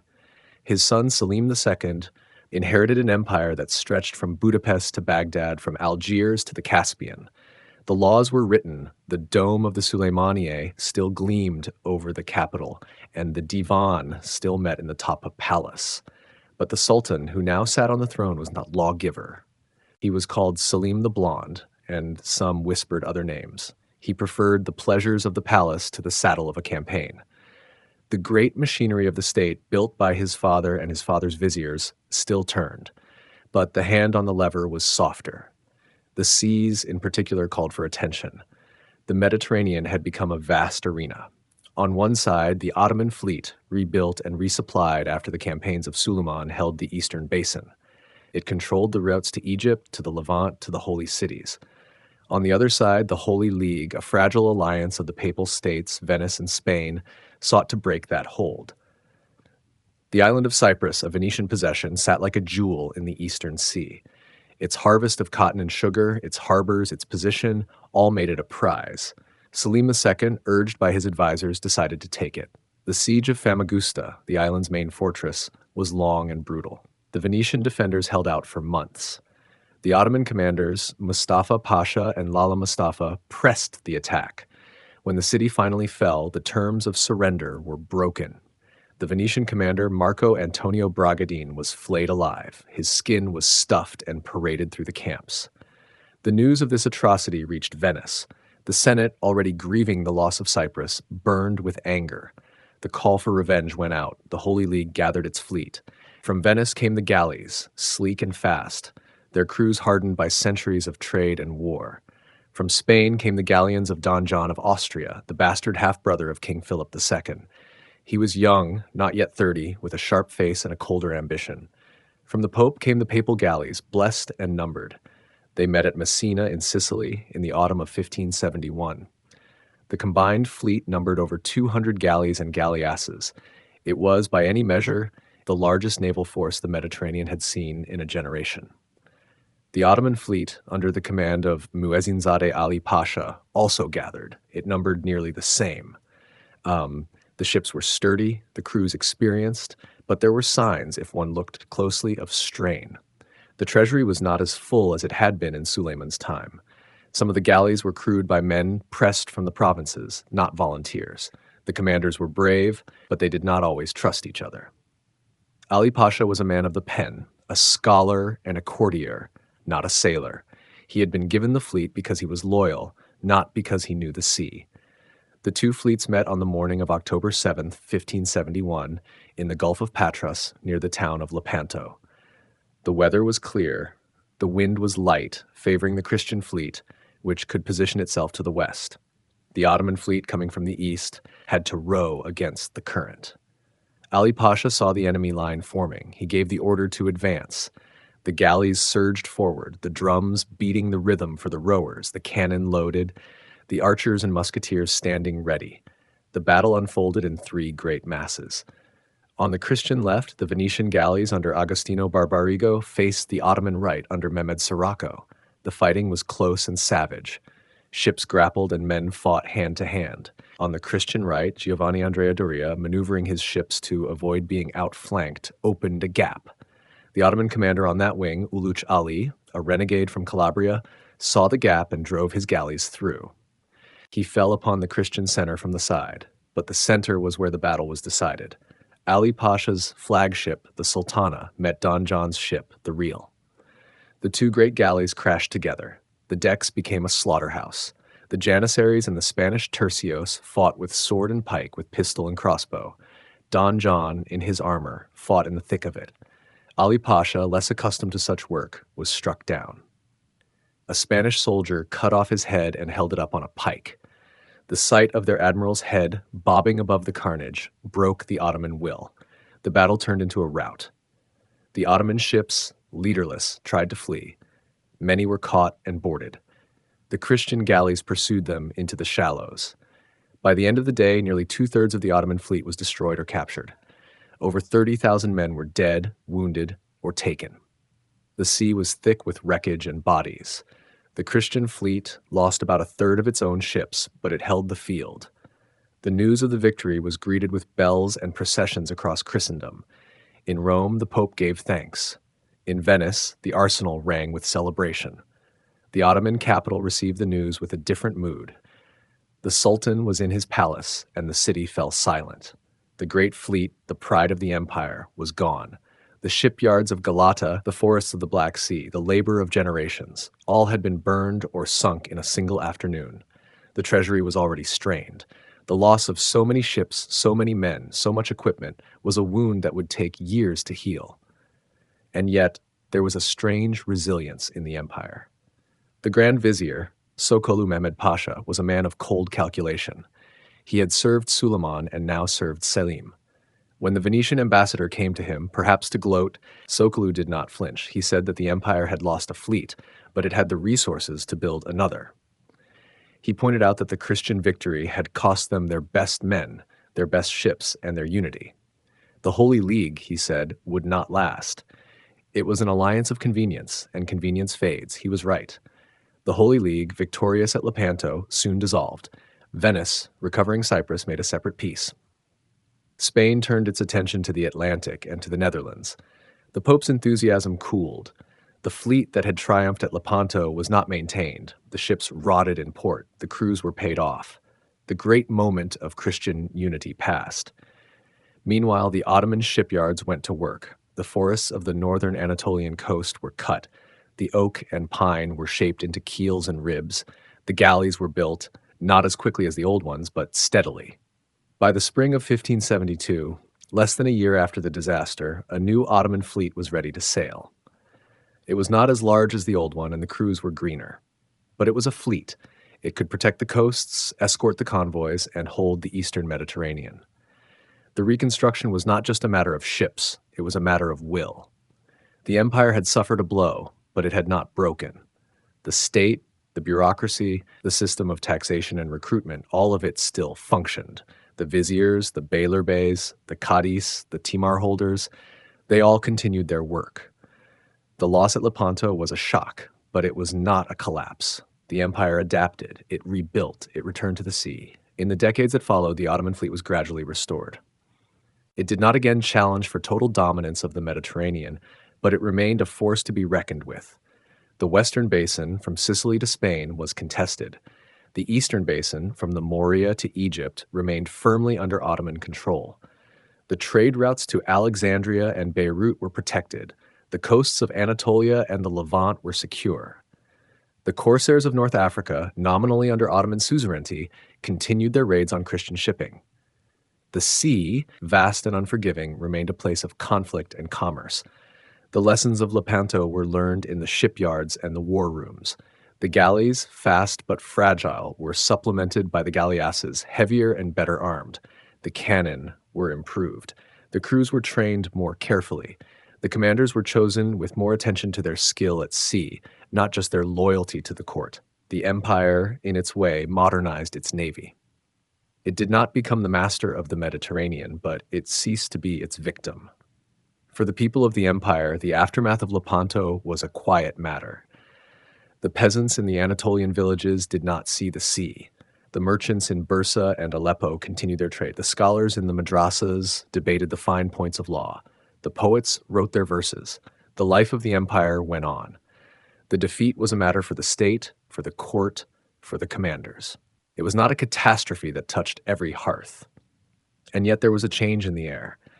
The empire of Suleiman had been one of confident expansion. The armies marched, the fleets sailed, and the borders grew. After Lepanto, that confidence was shaken. The expansion slowed. The borders, if they did not shrink, did not grow. The sense of momentum of inevitable victory was gone. The empire was still great, still vast, still powerful, but it was no longer young. It was entering a different phase, one of consolidation and defense. The court of Selim II continued its pleasures. The Sultan, indifferent to the sea, turned his attention to wine and to the vineyards of the Peloponnese. His reign was short. He died in 1574, slipping on the wet floor of his bathhouse. His son, Murad III, inherited the throne. The empire, under his rule, would face new challenges. The wars with the Safavids would resume. The treasury would be strained. The corruption would spread. But the navy, rebuilt after Lepanto, would remain a constant. It would guard the coasts, protect the trade, and carry the flag of the Sultan across the waves. The defeat at Lepanto, then, was a turning point. It was not the end of the empire, it was not even the end of its naval power, but it was the end of an era. The age of Ottoman naval supremacy, of the great fleets that ranged from Algiers to Rhodes, was over. The age of balance, of competition, of holding what was held had begun. The empire, like a great ship, took on water, but it did not sink. It adjusted its course, trimmed its sails, and continued on its way. The sea remained. The empire remained. The struggle, in all its forms, remained. The Köprülü reversals. The sea had failed them. That truth settled over the Ottoman court like a cold fog in the years after Lepanto. The grand fleet that had once made the Mediterranean tremble now rested in pieces at the bottom of a Greek bay. Sailors drowned, captains disgraced. The sultans who followed Selim the Sot and his heirs seemed more interested in pleasure than in power. They retreated to the harem's comforts, leaving the business of state to eunuchs and favorites who understood little of war and less of governance. But empires do not die because of one defeat. They die because no one lifts a hand to save them. For decades, no one did. The Habsburgs pressed from the west. Venetian ships harried the coasts. In the east, the Safavids sharpened their blades. The treasury emptied. The Janissaries grew restless. Provincial governors acted like petty kings. Every corner of the realm whispered of decay. The old certainties crumbled one by one. The sultans changed with alarming frequency, each deposed or strangled by factions that cared only for their own advantage. The empire staggered like a wounded beast, waiting for the final blow that never quite came. Then came the Köprülüs. Mehmed Köprülü was not a young man when he took the seal of the Grand Vizierate. He was past 70, weathered by years of service in the palace kitchens, in provincial posts, in the quiet work of administration. He had seen sultans come and go. He had watched the empire rot from within. He had learned the arts of survival in a world where a wrong word could end a life. His hands had held ledgers and dispatches, not swords and banners. But he understood something that the young warriors did not. The empire's sickness was not in its armies, but in its administration. When the young Sultan Mehmed IV offered him the position, Köprülü hesitated. He had seen too many grand viziers rise and fall, their heads adorning the gates of the Topkapi Palace. He knew the price of failure. The executioner's silken cord waited for those who displeased the Sultan or offended the powerful. He had watched capable men destroyed by court intrigue, their reforms undone by those who profited from disorder. So he set his terms. He demanded absolute authority. No interference from the palace, no courtiers whispering in the Sultan's ear, no favorites overturning his decisions. The Sultan agreed. Köprülü accepted. The old man had read the moment correctly. Mehmed IV was young, more interested in hunting than in governing. He wanted someone to carry the burden of state, to keep the throne secure while he pursued his pleasures. Köprülü offered exactly that. The first lesson he taught was simple: order returns through fear. He began with the army. The Janissaries had grown comfortable. They demanded higher pay, better quarters, more privileges. They had become merchants and artisans, more interested in their shops than in their duties. When they mutinied, Köprülü did not negotiate. He marched to their barracks with loyal troops, surrounded them, and executed the ringleaders. The rest returned to their duties with the quiet obedience of men who understood the new reality. The lesson spread quickly. The army remembered what it meant to serve. Then he turned to the provinces. Governors who had ruled as independent lords found themselves summoned to Istanbul. Some came willingly, others needed persuasion. The heads of the disobedient decorated the city walls, a gruesome lesson for anyone who dreamed of rebellion. The message was clear. The center had returned. The old order would be restored by whatever means necessary. The treasury slowly refilled. The roads grew safer. Merchants returned to the markets. The empire remembered how to breathe. Trade resumed along routes that had been abandoned. Farmers returned to fields that had lain fallow. The machinery of state, rusted from neglect, began to turn again. It was not a return to the glory of Suleiman's age, but it was a beginning. But Mehmed Köprülü was old. His time was short. He had done what he could in 5 years, but the work was far from complete. The empire's wounds were deep, and he had only begun to bind them. On his deathbed in 1661, he did what few dying men would dare. He recommended his own son to the Sultan. It was an act of audacity, a gamble that his family's name carried enough weight to survive his passing. The old man had spent his life reading men and situations. He saw in his son the qualities that the empire needed: patience, intelligence, and a capacity for sustained effort. Fazıl Ahmed Köprülü was barely 30 years old. He had spent his youth in study, not in war. The courtiers expected him to fail. The Janissaries tested him with small rebellions. The Habsburgs watched from Vienna, waiting for the young vizier to stumble. The old networks of power, disrupted by his father's iron hand, stirred again, hoping to reclaim their influence. He did not stumble. Where his father had ruled through fear, Fazıl Ahmed ruled through patience. He understood that the empire's problems were not merely military, they were structural. The old systems of land tenure had broken down. The Timar system, which had once provided both cavalry and revenue, was decaying.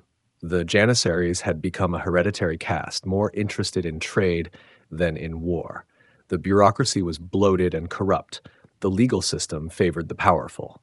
Every institution that had once made the empire great now served to make it weak. Fazıl Ahmed could not fix everything at once. He chose his battles carefully. He understood that reform required stability, and stability required victories. He could not rebuild the empire's foundations while its enemies pressed at its borders. He needed to demonstrate that the Ottoman state could still defend itself, could still project power, could still command respect. His first great test came in the West. The Habsburgs had been probing Ottoman territory for years. Border skirmishes flared into open conflict. The Emperor Leopold had grown confident, believing that the Ottoman state was too weak to respond. The Peace of Westphalia had ended the 30 Years' War, freeing Habsburg resources for other fronts. Vienna saw an opportunity to push eastward, to reclaim lands that had been lost to the Ottomans over the centuries. He was wrong. In 1663, Fazıl Ahmed marched his armies toward Hungary. The campaign was slow and methodical. He did not seek glory. He sought position. He fortified his supply lines. He secured his flanks. He advanced like a man building a road rather than a man chasing a victory. His soldiers grumbled at the pace, but they followed. The young vizier had learned the art of war from books and from his father's example. He knew that battles were won through preparation, not through heroics. The fortress of Uyvar fell after a siege that lasted several weeks. The Ottoman army showed a discipline that surprised even their own commanders. They did not loot. They did not scatter. They followed their orders with a precision that had been missing for half a century. The siege was a model of methodical warfare. Trenches dug, batteries positioned, breaches opened, assaults timed. The defenders surrendered when further resistance became pointless. The Habsburgs sued for peace. In 1664, the Treaty of Vassar recognized Ottoman gains in Hungary. It was not a crushing triumph, but it was something more valuable. Proof that the empire could still fight, could still win, could still negotiate from strength. The treaty was remarkably moderate, a sign that Fazıl Ahmed understood the limits of his power. He had won what he needed: a settled border, a demonstration of strength, and time to continue his reforms. Fazıl Ahmed did not rest. He turned his attention to the south. Crete had been under Venetian control since the Fourth Crusade. For centuries, it had served as a base for Christian pirates and a symbol of Venetian maritime power. The Ottomans had tried to take it before, during the campaigns of the 1640s, but the siege of Candia had dragged on for years without resolution. The fortress was considered impregnable, its walls designed by the finest military engineers of the age. The Venetians had poured resources into its defense, knowing that its loss would signal the end of their Eastern Empire. Now, with a new army and a new determination, Fazıl Ahmed renewed the effort. The siege of Candia was one of the longest in history. It lasted from 1648 to 1669, outlasting many of the soldiers who fought in it. Disease killed more men than Venetian bullets. The fortress walls, built by the best engineers of the Renaissance, resisted every assault. The defenders had prepared for a long siege. Their magazines were full. Their morale was high. They believed that time was on their side. Fazıl Ahmed approached the problem differently. He did not rely on frontal attacks. He built trenches. He constructed batteries. He dug tunnels beneath the walls, packing them with gunpowder. He cut off the city's supply lines. He waited. The siege became a war of attrition, a test of endurance rather than a test of arms. The Ottoman soldiers lived in the trenches, enduring heat and disease and the constant threat of sorties. The Venetian defenders watched their supplies dwindle, their hopes fade. The Venetian defenders grew desperate. Their supplies ran low. Their reinforcements never came. The Republic of Venice, once the dominant power in the eastern Mediterranean, could no longer sustain a distant war. Its treasury was exhausted. Its allies were distracted. In 1669, after more than 2 decades of siege, the Venetian commander surrendered. Crete belonged to the Ottomans. The victory was not merely territorial, it was psychological. The Ottomans had taken the largest and most fortified Christian stronghold in the eastern Mediterranean. The Venetians, who had once dominated these waters, were reduced to a minor power. The Ottoman fleet, rebuilt after Lepanto, had proven that it could project force across the sea. The empire had reclaimed its place among the great powers of the Mediterranean world. Fazl Ahmed continued his work. He reformed the tax system, ensuring that the state received its due without crushing the peasantry. He rebuilt the navy, commissioning new ships and training new crews. He established new laws to govern the territories gained in Hungary and Crete. He appointed capable men to key positions, replacing the corrupt and the incompetent. He worked quietly, methodically, without fanfare. He understood that lasting change came through institutions, not through personalities. He also understood the limits of his power. The empire was still fragile, the reforms had strengthened it, but they had not cured its deepest ills. The Janissaries remained a threat. The provincial elites still chafed under central authority. The treasury, though fuller than before, was still vulnerable to the whims of war and weather. The old structures of the empire, weakened by decades of neglect, could not be rebuilt overnight. He was laying foundations, not completing buildings. Fazl Ahmed died in 1676, only 15 years after taking office. He was 41 years old. His health had been broken by years of hard work, by the strain of constant campaigning, by the weight of responsibilities that would have crushed lesser men. He had done what his father had asked, and more. He had given the empire a decade and a half of stability, a period of recovery that allowed the state to breathe again. His brother, Kara Mustafa Pasha, took his place. The Köprülü family had established a dynasty of grand viziers, an unprecedented feat in Ottoman history. They had done what no one else could. They had reversed the decline. The empire was not what it had been in the days of Suleiman the Magnificent. It was smaller, poorer, less confident, but it was alive. It could fight. It could negotiate.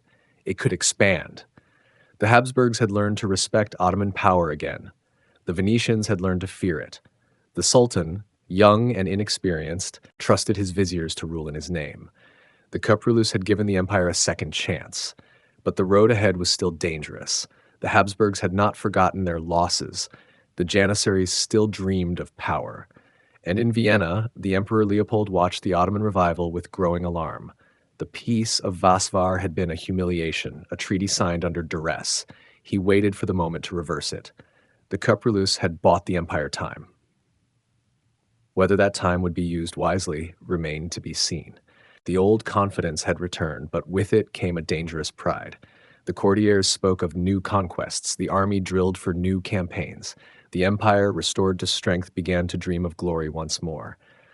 The lessons of patience and method that Fazl Ahmed had taught were already being forgotten, replaced by the old hunger for quick victories and grand gestures. For now, the Ottomans enjoyed their victories. Crete was theirs. Hungary was theirs. The Mediterranean belonged to those who could hold it, and for a moment the Ottomans could hold it again. The merchants of Istanbul grew rich on the revived trade. The scholars of the madrasas debated the fine points of law and theology. The poets composed verses in praise of the new age. The Köprülü reversals had worked. The empire had been saved from itself. The question now was whether it could save itself from its own ambition. The old patterns of decay had been interrupted, but they had not been destroyed.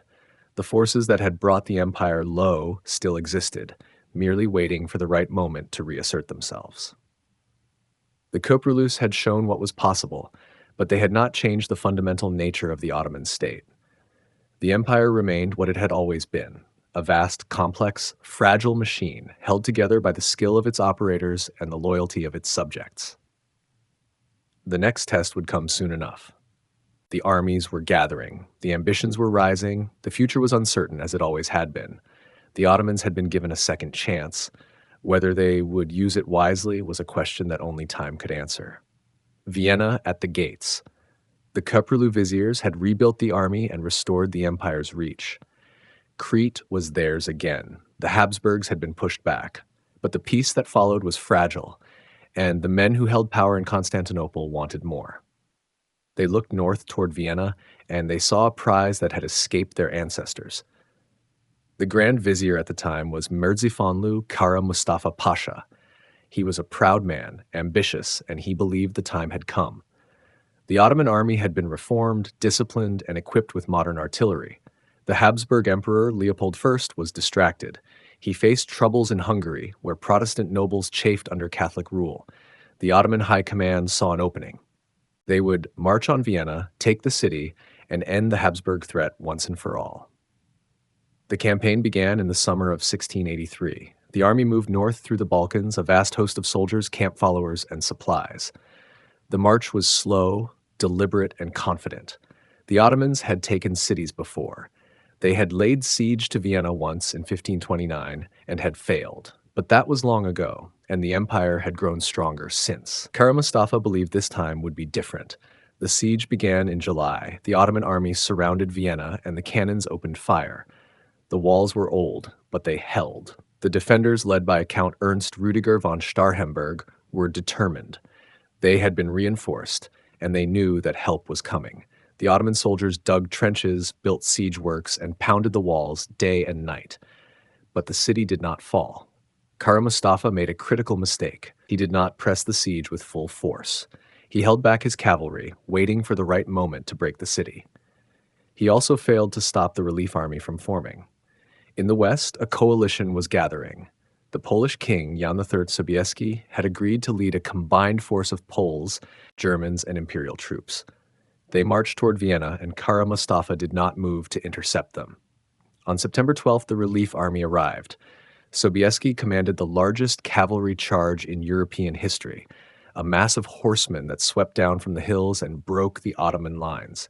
The siege collapsed. The Ottoman army fled, leaving behind tents, cannons, and supplies. Kara Mustafa retreated in disgrace. He was executed by order of the Sultan, his head sent to Constantinople as proof that the failure was punished. The defeat at Vienna was not just a lost battle. It was a turning point. The Holy League, a coalition of Christian powers, formed in the wake of the victory. The Habsburgs, the Poles, the Venetians, and later the Russians all joined together to push the Ottomans back. The long war that followed would strip away much of what the empire had gained over the previous century. The Ottoman army retreated to the south, but the Holy League pursued.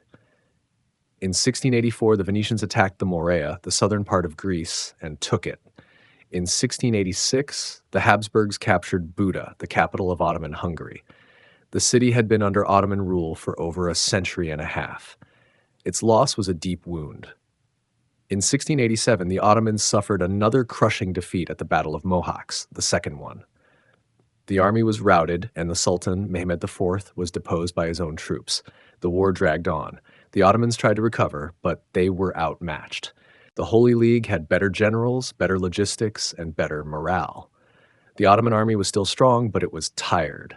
The soldiers had been fighting for years, and the treasury was empty. The empire was being pulled apart from within as well.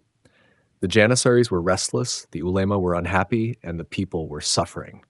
In 1688, the Habsburgs took Belgrade, the great fortress on the Danube. This was a devastating blow. Belgrade had been the gateway to the Balkans, the key to the Danube Valley.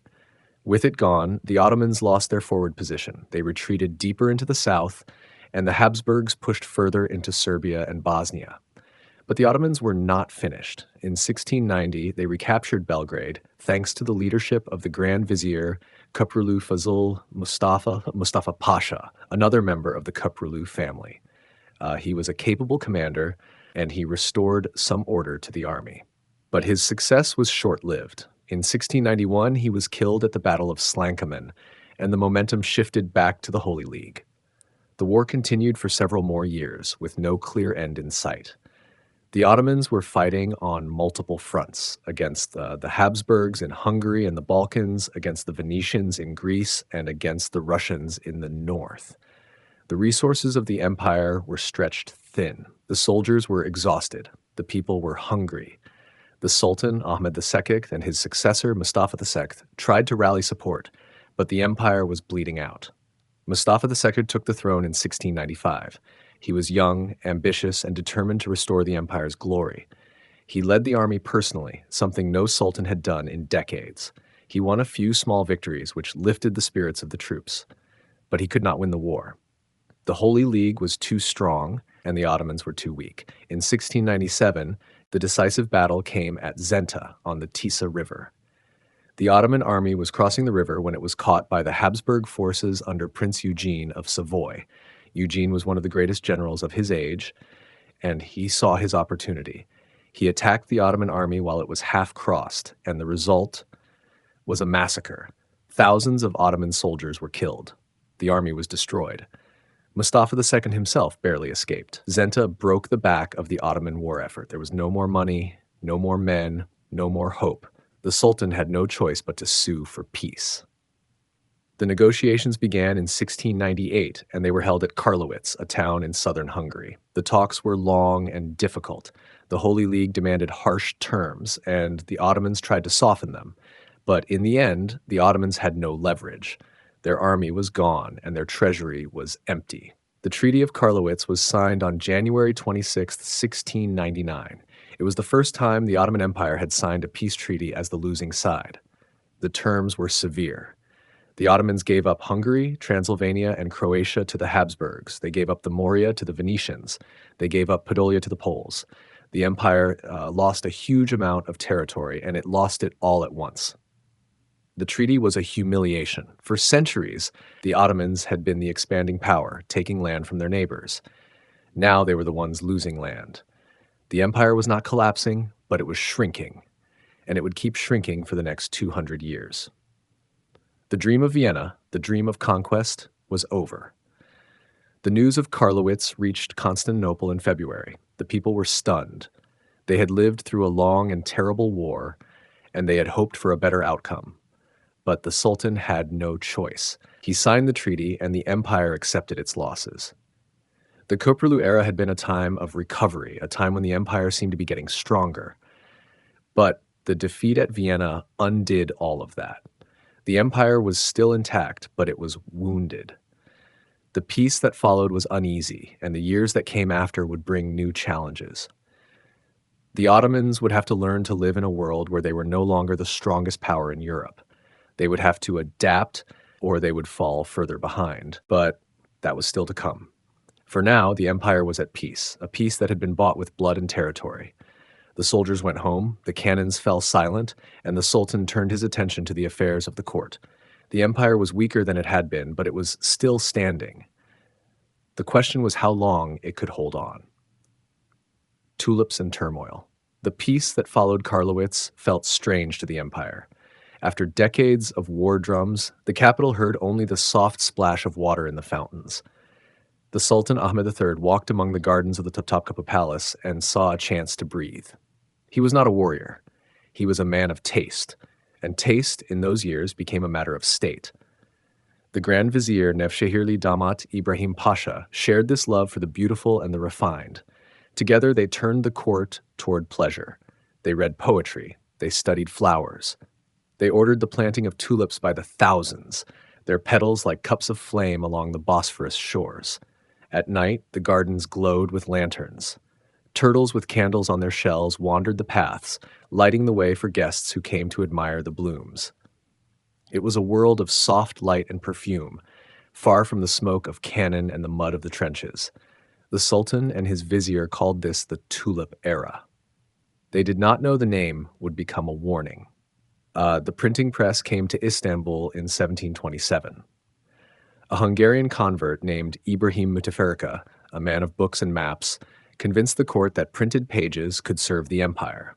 The ulema, the learned men of religion, had long resisted the machine. They feared it would weaken their grip on knowledge, that copies of the holy texts would be made by men who did not understand them. But Mutafarika was patient. He promised to print only secular works. He promised to use the elegant scripts of the calligraphers. He promised to respect the old ways while embracing the new. The Sultan agreed. The first books came off the press in 1729. They were histories, geographies, grammars. The pages were crisp and even, unlike the hand-copied manuscripts that took months to produce. For a moment, it seemed the empire had stepped into a new age. The scholars could read more. The officers could study maps. The merchants could learn of distant lands. But the press was slow. Mutafarika was a careful man, and he printed few titles. The ulama watched from the shadows, their silence heavy. They saw the press as a door, and behind that door, they feared, stood a world that did not need them. The palace spent freely. The gardens grew more elaborate. The Sultan ordered new pavilions, their walls painted with fruit and flowers, their ceilings inlaid with mother of pearl. The Grand Vizier built a summer palace at Sadabad along the river with cascading water and marble terraces. The nobles followed. They built their own mansions, their own gardens, their own private worlds of pleasure. They wore European coats and sat on French chairs.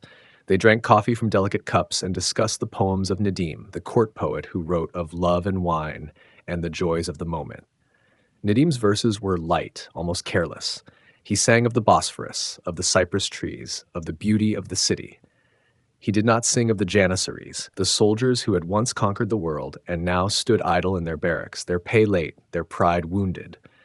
He did not sing of the artisans, the tradesmen, the shopkeepers who watched the nobles spend fortunes on tulip bulbs while their own tables grew bare. The tulip bulbs themselves became a madness. A single rare bulb could cost as much as a house.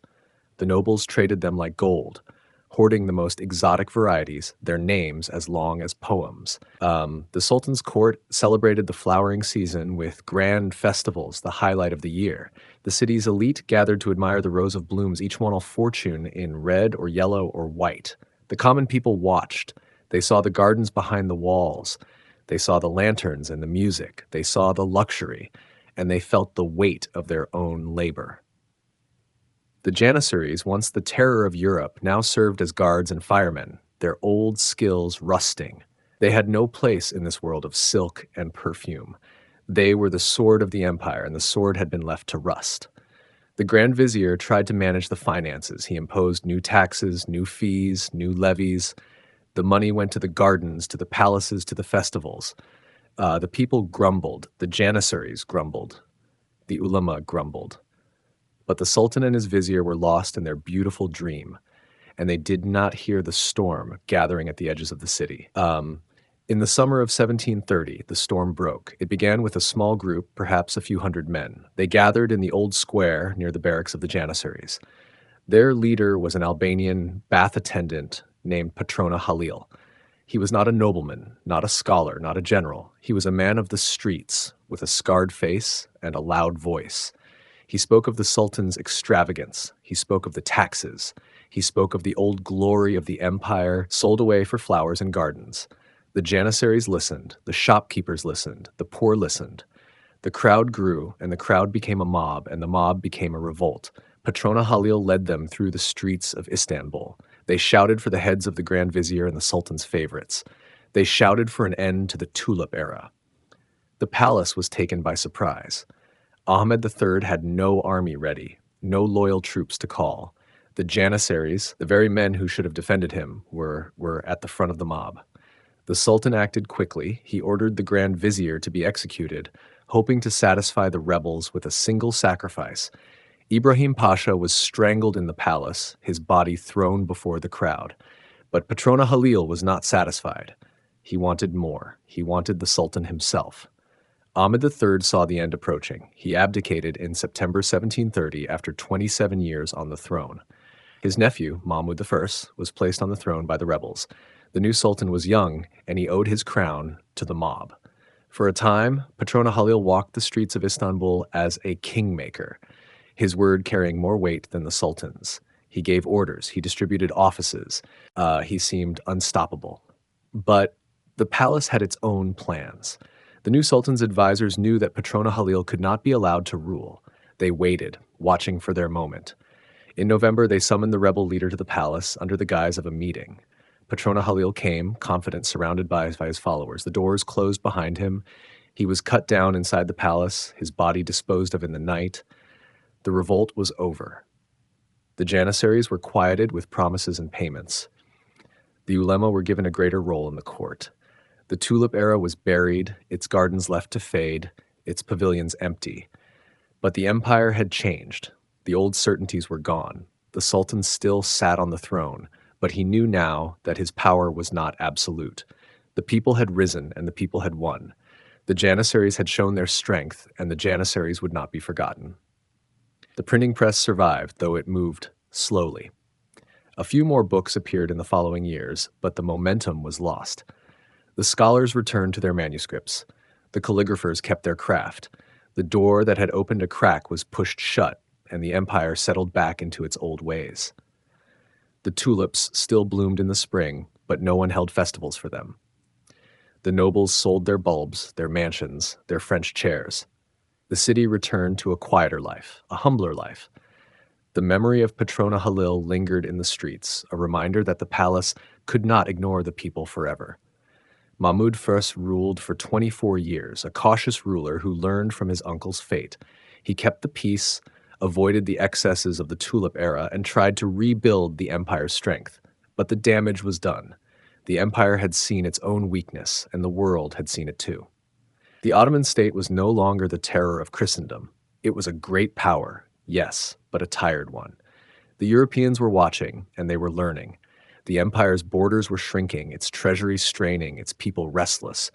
The tulip era was a dream, and the dream had ended in blood. The empire would not dream again for a long time. It would fight, and it would lose, and it would fight again. The old glory was gone, and the new age was coming, whether the sultans wished it or not. The Eastern question emerges. The peace of the tulip era had been a fragile thing, a painted veil over a rotting frame. The revolt that ended it had shown the world, and more importantly, the empire itself, that the old orders were not merely weak but brittle. The grand viziers and sultans who followed tried to mend the cracks with new taxes and new treaties, but the ground beneath their feet was shifting. The empires of Europe had grown strong on the profits of the New World and the discipline of their new armies. They looked upon the Ottoman realm not as a feared neighbor, but as a prize. This was the seed of a question that would be asked in the chancelleries of Vienna, Paris, London, and St. Petersburg for 100 years. It was a simple question, and it had no simple answer. What was to be done with the Ottoman Empire? It was too weak to be a true threat, yet too strong to be easily carved up. Its lands held the crossroads of 3 continents. Its people were a mosaic of faiths and tongues. The European powers called this dilemma the Eastern question. For the Ottomans, it was not a question at all. It was their life. The first great test came from the north.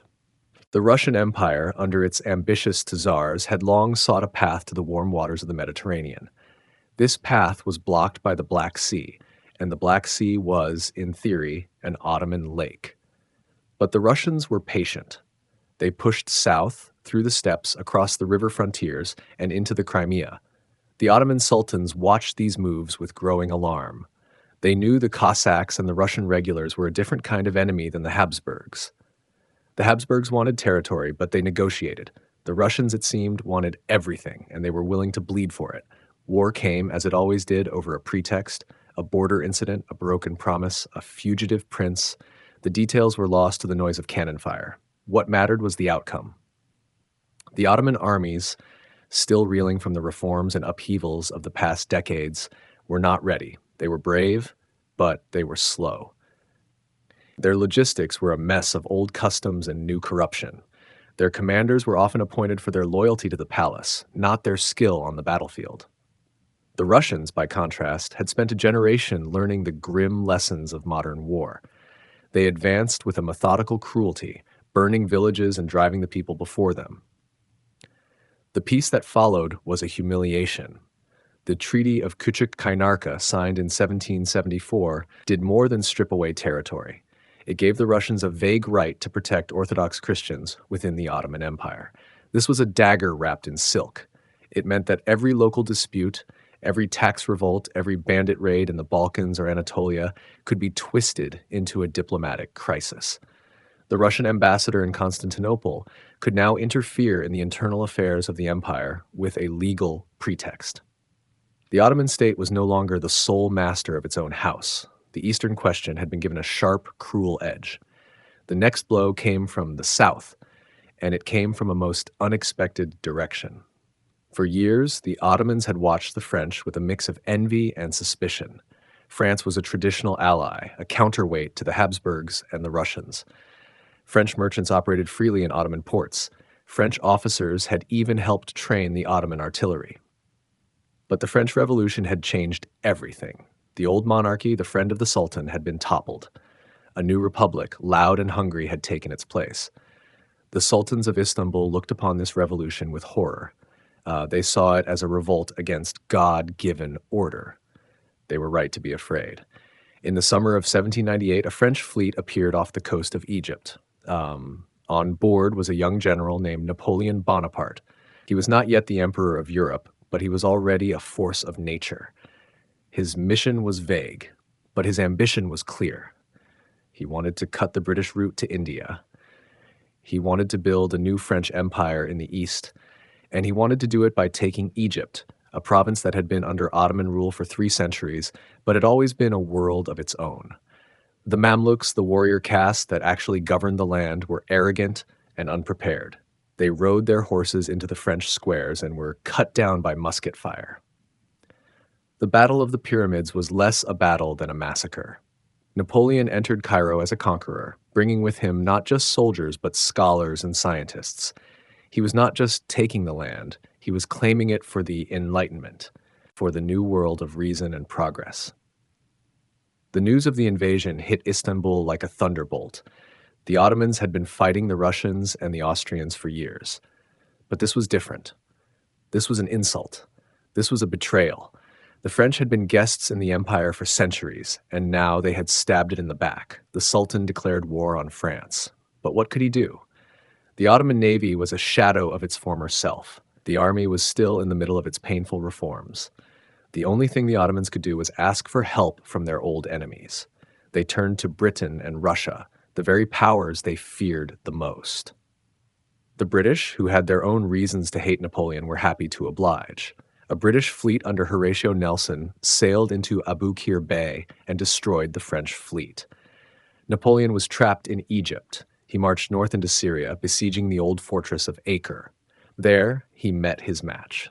The Ottoman garrison, reinforced by British sailors and artillery, held the walls. The plague was ravaging his army. Napoleon was forced to retreat back to Egypt, and then, hearing of troubles in France, he slipped away in a small ship, abandoning his army to its fate. The French occupation of Egypt lasted only 3 years, but its effects lasted forever. For the Ottomans, it was a brutal lesson in their own weakness. They could not protect their own provinces from a European power. They could not even respond without the help of other European powers. The Sultan was humiliated in front of his own people. The ulema, the religious scholars, were outraged. The janissaries, who had been so jealous of their privileges, were now shown to be useless against a modern army. The old order was not just weak, it was obsolete. For the European powers, the Egyptian adventure was a revelation. They saw that the Ottoman Empire was not just the sick man of Europe in a vague sense. It was a place where the great powers could fight their own wars by proxy, carving out spheres of influence and protectorates. The French did not leave Egypt entirely. A French general named Jacques-François Menou stayed behind, converting to Islam and trying to hold on to the province. But the British were not interested in letting the French keep a foothold. They landed an army and, together with the Ottomans, forced the remaining French troops to surrender. The British then left, but they left behind a vacuum. Into this vacuum stepped a strange and ambitious figure, an Albanian soldier named Muhammad Ali. He was sent by the Ottomans to restore order, but he had his own plans. He would use the chaos of Egypt to build his own dynasty, a dynasty that would eventually challenge the authority of the Sultan himself. But that was for the future. For now, The Sultan had to deal with the immediate aftermath.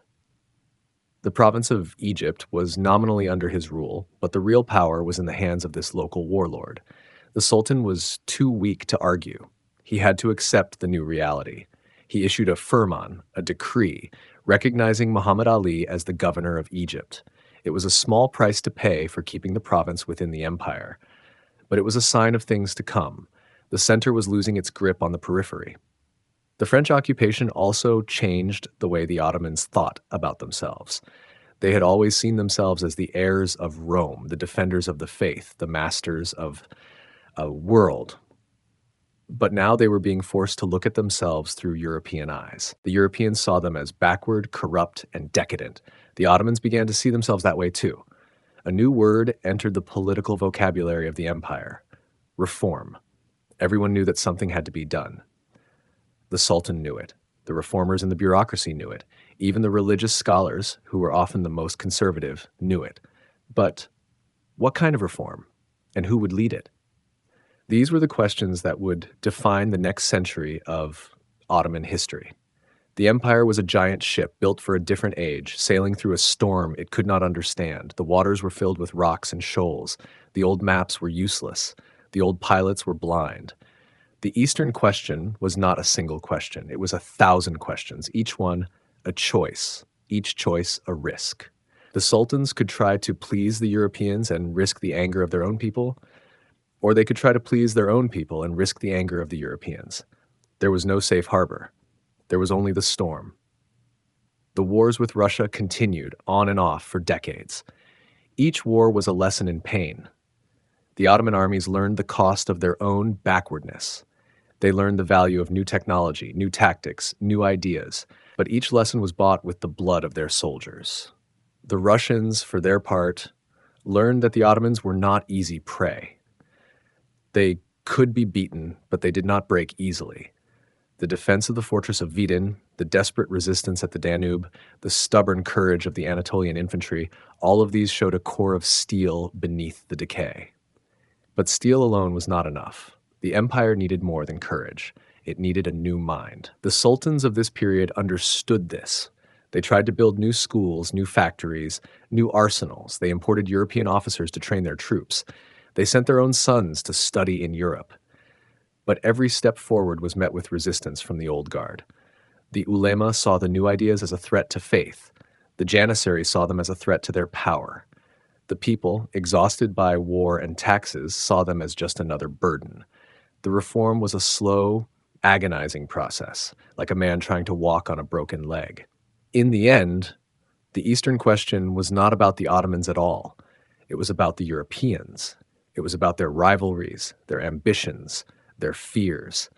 The Ottoman Empire was the board on which they played their games. The Sultan was a player, but a weak one, often just a piece in someone else's hand. The French wanted to break the British wanted to protect their route to India. The Russians wanted to reach the Mediterranean. The Austrians wanted to expand into the Balkans. And the Ottomans, caught in the middle, could only watch and try to survive. This was the world they lived in, a world of shifting alliances and constant danger, a world where the only certainty was uncertainty itself. As the new century dawned, the empire was battered but still standing. The French had been pushed out of Egypt. The Russians had been pushed back, for now. The Sultan could take a deep breath and look around, but he knew that the calm would not last. The questions were still there, unanswered. The Eastern question was not a problem to be solved. It was a condition to be endured. The empire had entered a long twilight, and the only question that mattered was how long the light would last.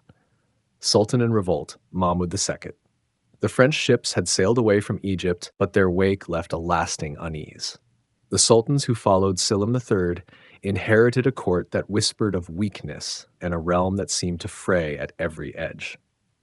Mahmud II took the throne in 1808, a young man who had watched his uncle bleed for reform. He understood that change would not come gently.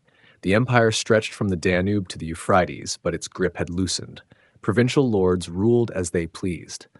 The janissaries, once the terror of Christendom, now guarded their privileges with more zeal than they guarded the borders. They wore their centuries-old uniforms, carried their old muskets, and resisted every whisper of new thinking. They had become a state within the state, and they knew it. Mahmud began where his uncle had failed. He worked in silence, building alliances with men who shared his vision. He studied the reports of European embassies, learned the shape of modern armies, and waited for the right moment. The Janissaries watched him too, suspicious of every quiet move, but Mahmud gave them no reason to act. He smiled, he deferred, he bided his time. Then Greece rose in revolt. The flames spread from the Peloponnese to the islands, fed by priests and merchants and peasants who dreamed of an ancient glory. Mahmud sent his forces to crush the rebellion, but the Janissaries fought without discipline. They looted villages, burned crops, and lost battles they should have won. The Sultan saw their failure and stored it in his memory. He needed them for now, but he would not need them forever. The war dragged on. Egyptian troops under Mehmed Ali, the new governor of Egypt, turned the tide on the Sultan's behalf. They were trained in European methods, drilled with modern weapons, and they defeated the Greek rebels in battle after battle. But the great powers of Europe had other plans. Britain, France, and Russia demanded an end to the fighting. Their fleets converged on Navarino Bay in 1827 and destroyed the Ottoman and Egyptian ships anchored there. The Sultan lost his navy in a single afternoon. The loss stung, but Mahmud understood its lesson. The old ways had failed him. The Janissaries had failed him. The navy had failed him because it had been built on old ideas. He began to plan in earnest, drafting the shape of a new army, a new state, a new order. He kept his plans close, sharing them only with trusted advisors. The Janissaries heard rumors and grew restless, but Mahmud moved with care. He issued a new law in 1826. The Janissaries were ordered to adopt modern drills, modern equipment, modern formations. They were to train in the European manner under European-trained officers. The order was deliberate provocation, and the Janissaries reacted as he expected. They overturned their soup kettles, the traditional signal of revolt, and marched on the palace. They had done this before. They had deposed sultans, killed viziers, dictated terms. They expected Mahmud to tremble. Mahmud did not tremble. He had prepared for this moment, and he gave the signal. The cannon opened fire. The Janissaries, packed into the hippodrome, had nowhere to run. The artillery tore through their ranks, and the new troops, the loyal regiments, moved in to finish the work. By nightfall, the Janissaries were gone. Their barracks were rubble, their banners burned, their leaders hanged from the gates. The Sultan declared the corps abolished, and the people of Istanbul cheered. The old order had died in a single day. Mahmud moved quickly after his victory. He created a new army called the Asakiri Mansuri Mohammediye, the victorious soldiers of Muhammad. They wore modern uniforms, carried modern rifles, and drilled under French and Prussian instructors. The Sultan watched them train with satisfaction, but he knew that a new army required a new state. He reformed the bureaucracy, created new ministries, sent students to Europe to learn the new sciences. He established a medical school, a military academy, a translation bureau. He wore European-style clothes, cut his beard short, and encouraged his officials to do the same. The empire began to look different, to move differently, to think differently. But the Greek question would not rest. The great powers had decided that Greece would be free, and they enforced their will. The Battle of Navarino had already shattered the fleet. Now the Russian army crossed the Danube, and the Sultan's new soldiers, still learning their trade, could not stop them. The Treaty of Adrianople in 1829 forced Mahmud to accept Greek independence and to recognize Russian influence along the Black Sea. The empire had lost territory, prestige, and control over its own fate. The Sultan accepted the terms with a calm face, but he understood the price of weakness. He turned his attention inward. The empire was full of men who had grown strong while the center grew weak. The provincial lords, the derebes, ruled their lands like petty kings.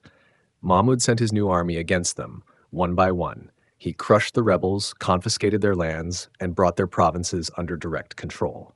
He reformed the land laws, the tax system, the postal service. He built roads and bridges, established a quarantine system, and created a new census. The state reached deeper into the lives of its subjects than it ever had before. The Sultan's greatest struggle came with Mehmed Ali, the Egyptian governor who had helped him defeat the Greeks. Mehmed Ali had built his own modern army, his own navy, his own state within the state. He demanded Syria as his reward, and when Mahmud refused, he marched his son Ibrahim north. The Egyptian army swept through Palestine, then Syria, then Anatolia. Mahmud sent his new soldiers to meet them, but the Egyptians were better trained, better led, better equipped. The Ottoman army broke at Konya, and the way to Istanbul lay open. Mahmud faced his darkest hour. He had no army left, no fleet, no allies. He called on the European powers for help, and Russia answered. The Tsar sent troops to the Bosporus, not to save the Sultan, but to prevent a stronger Egypt from replacing him. The powers forced a settlement in 1833, giving Mehmed Ali control of Syria, but saving the Sultan's throne. Mahmud accepted the terms, but the humiliation burned within him. He had been saved by his enemy, and he knew it. He spent his final years rebuilding. He ordered a new fleet, larger than the one lost at Navarino. He sent officers to Europe for training, brought foreign instructors to Istanbul, and reorganized the arsenal and the dockyards. He reformed the postal system, the printing press, the civil service. He issued new regulations for his officials, demanding honesty and efficiency. He even established a system of public education, with schools that taught mathematics, geography, and languages alongside the Quran. The Sultan's body weakened under the strain. He had always been frail, and the years of constant work had taken their toll. He retreated to his palace, coughing and feverish, but he continued to issue orders, to review reports, to plan his next reforms. He knew that his time was short, and he wanted to leave behind a structure that would survive him. Mahmud II died in the summer of 1839 in the middle of another crisis. His fleet had sailed to challenge Mehmed Ali once more, only to surrender without firing a shot. The Sultan never learned the betrayal. He passed quietly, surrounded by his ministers, leaving his 16-year-old son to inherit a realm in turmoil. The empire was smaller than it had been when he took the throne, but it was stronger, more modern, more capable. He had destroyed the old order and built the foundations of a new one. His son, Abdülhamid, would carry the work forward. The reforms would continue, and the state would transform. But that story belongs to another time. For now, the Sultan lay in his tomb, and the empire stood at the edge of a new age. The Janissaries were gone, the old ways were gone, and the future was uncertain but open. Mahmud had done what he could. The rest lay in the hands of those who came after. The Tanzimat, Promises of Equality. Part 13. The Rose Garden Rescript. The morning air carried the scent of damp earth and late autumn roses. November had stripped most of the petals, but the thorny stems still stood in their beds dark against the pale stone walls. The garden at Gülhane was not large. It was a place for walking, for quiet conversation, for the Sultan to escape the press of the palace. On this day, it held a different purpose. The officials gathered in loose clusters, their robes brushed with dew. They spoke in low voices, stealing glances at the young man who stood apart from them. Abdülmecid was 21 years old. His face was smooth, almost boyish, but his eyes carried a weight that age alone could not explain. He had been sultan for barely 4 months. His father had died in the summer, worn down by 30 years of struggle against the old order. Now the son stood in the garden, about to announce that the old order was finished. The Grand Vizier stepped forward. Mustafa Reshid Pasha was a man of careful movements and precise words. He had drafted the decree himself, working through many nights with clerks and legal scholars. He had traveled to London and Paris. He had seen how the European states governed their subjects, how they collected taxes, how they raised armies. He had returned with notebooks full of observations and a conviction that the empire could not continue as it was. The document he held in his hands was the fruit of that conviction. He began to read.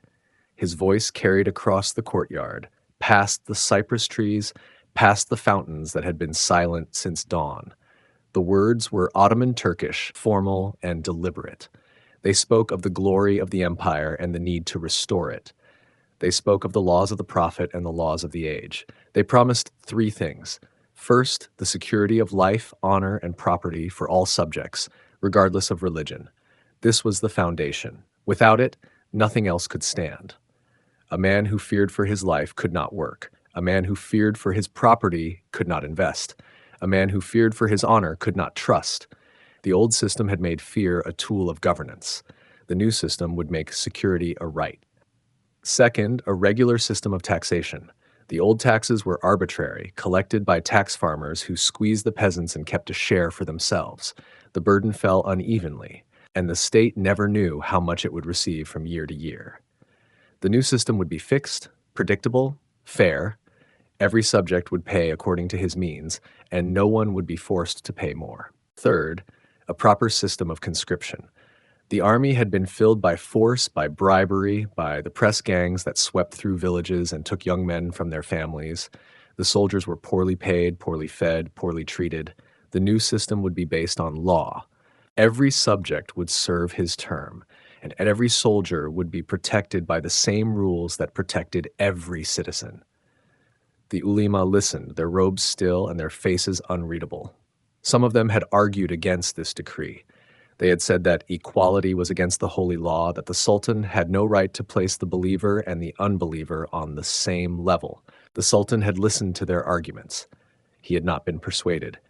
He had said that the empire was dying and that the doctors had prescribed a bitter medicine. The ulema had fallen silent, but their silence was not consent. The foreign ambassadors listened, taking notes for their dispatches. They had come to witness the ceremony, to see for themselves whether the young sultan was serious. The British ambassador, Lord Ponsonby, had been pressing for reform for years.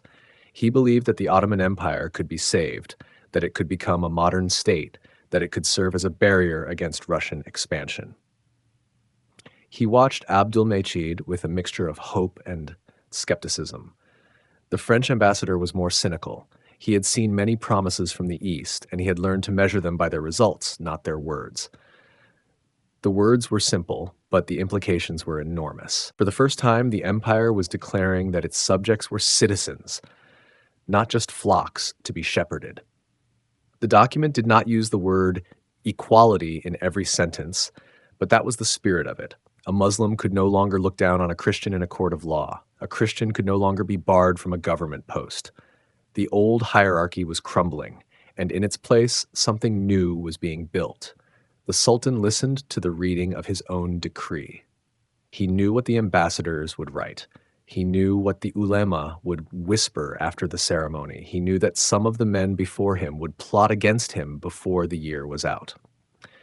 But he also knew that there was no other path. The empire could change or it could die. His father had understood this too. Mahmud II had spent 30 years trying to break the power of the Janissaries, to reform the army, to drag the empire into the modern age. He had been hated for it. The Janissaries had rebelled, and he had crushed them. The ulema had resisted, and he had pushed through. The notables had defied him, and he had brought them to heel. He had died before he could finish the work, but he had left his son a clear path. Abdülmecid had walked that path since the day he took the throne. He had surrounded himself with reformers, men like Rashid Pasha, who shared his vision.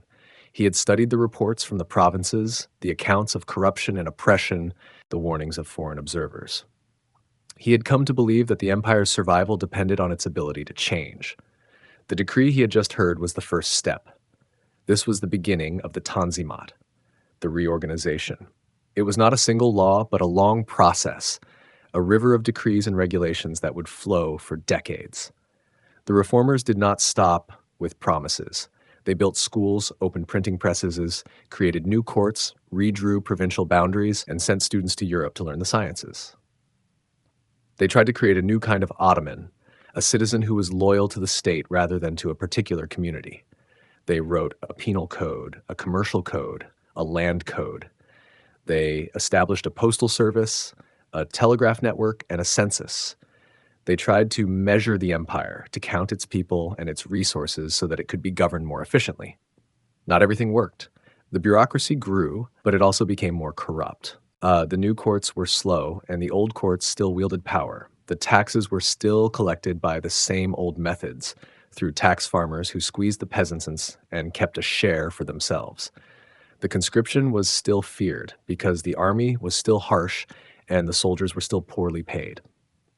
The Christians, for their part, were suspicious. They had heard promises before. They had seen the Sultan's decrees, and they had seen how little they changed in practice. The Muslims, meanwhile, were angry. They saw the reforms as a surrender to the infidels, a betrayal of the faith that had made the empire great. And yet something had shifted. The old certainties were gone. A Greek merchant in Smyrna could now sue a Muslim pasha in a secular court. An Armenian banker could become a minister of finance. A Bulgarian peasant could be drafted into the army and rise through the ranks. The empire was not becoming a nation, not in the modern sense, but it was becoming something new. It was becoming a state. The reformers were not naive. They knew that equality could not be created by a single decree. They knew that the habits of centuries could not be erased by a signature, but they believed in progress. They believed that education would change minds, that prosperity would change loyalties, that the rule of law would change behavior. They looked to the West, not as a model to be copied blindly, but as a source of tools. They wanted the machines, the guns, the ships, the banks, the hospitals, the schools. They wanted the strength of Europe without the humiliation of being a colony. In the soft light of the 1840s, there was reason for hope. The empire was at peace. The great powers were busy with their own quarrels, and they left the Ottomans alone for a while. Trade was expanding. The cities were growing. The new schools were producing a generation of young men who spoke French and understood mathematics. The first Ottoman newspapers appeared, printing the news of the world and the debates of the capital. The Sultan himself traveled through his domains, showing himself to his people, listening to their complaints, and issuing orders for roads and bridges to be built. But the shadows were gathering. The promises of the Rose Garden had not touched the deep wounds of the empire. The provinces were still restless. The mountains of Lebanon were still a tinderbox. The Balkans were still a mosaic of resentments. And the great powers were still watching, waiting for the moment when the sick man would finally collapse. The reformers knew this. They knew that equality was not just a moral ideal, but a strategic necessity. If the Christians of the empire could be made to feel that they had a stake in it, they would not invite the Russians to protect them. If the Muslims could be made to see that justice was for everyone, they would not turn to religious fanaticism. The Tanzimat was a race against time. The pressure came from within as well as from without. In the provinces, the old notables resisted the new laws. They had built their power on local loyalties, on the ability to protect their people and extract their taxes. The central government, with its new inspectors and its new courts, threatened their authority. They complained to Istanbul, they delayed the implementation, they sabotaged the reforms. The reformers, in turn, sent more inspectors and issued more decrees. The battle was not a single clash, but 1,000 small skirmishes. By the early 1850s, the Tanzimat had achieved some of its goals. The army was stronger, the bureaucracy was more efficient, and the legal system was more coherent. The empire was still weak, but it was no longer crumbling. The Sultan's government could raise money, build roads, and enforce its will in places where it had once only collected nominal tribute. The promise of equality had not been fully kept, but it had been made, and that mattered. The Tanzimat stood as a monument to a dream. The dream of a state where a man's religion did not determine his fate. The dream of an empire that could survive by changing itself. The dream of equality promised in a rose garden still waiting to be fulfilled. Crimea, the sick man's last victory. The promises of the Tanzimat had barely begun to reshape the empire when the drums of a distant war rolled closer.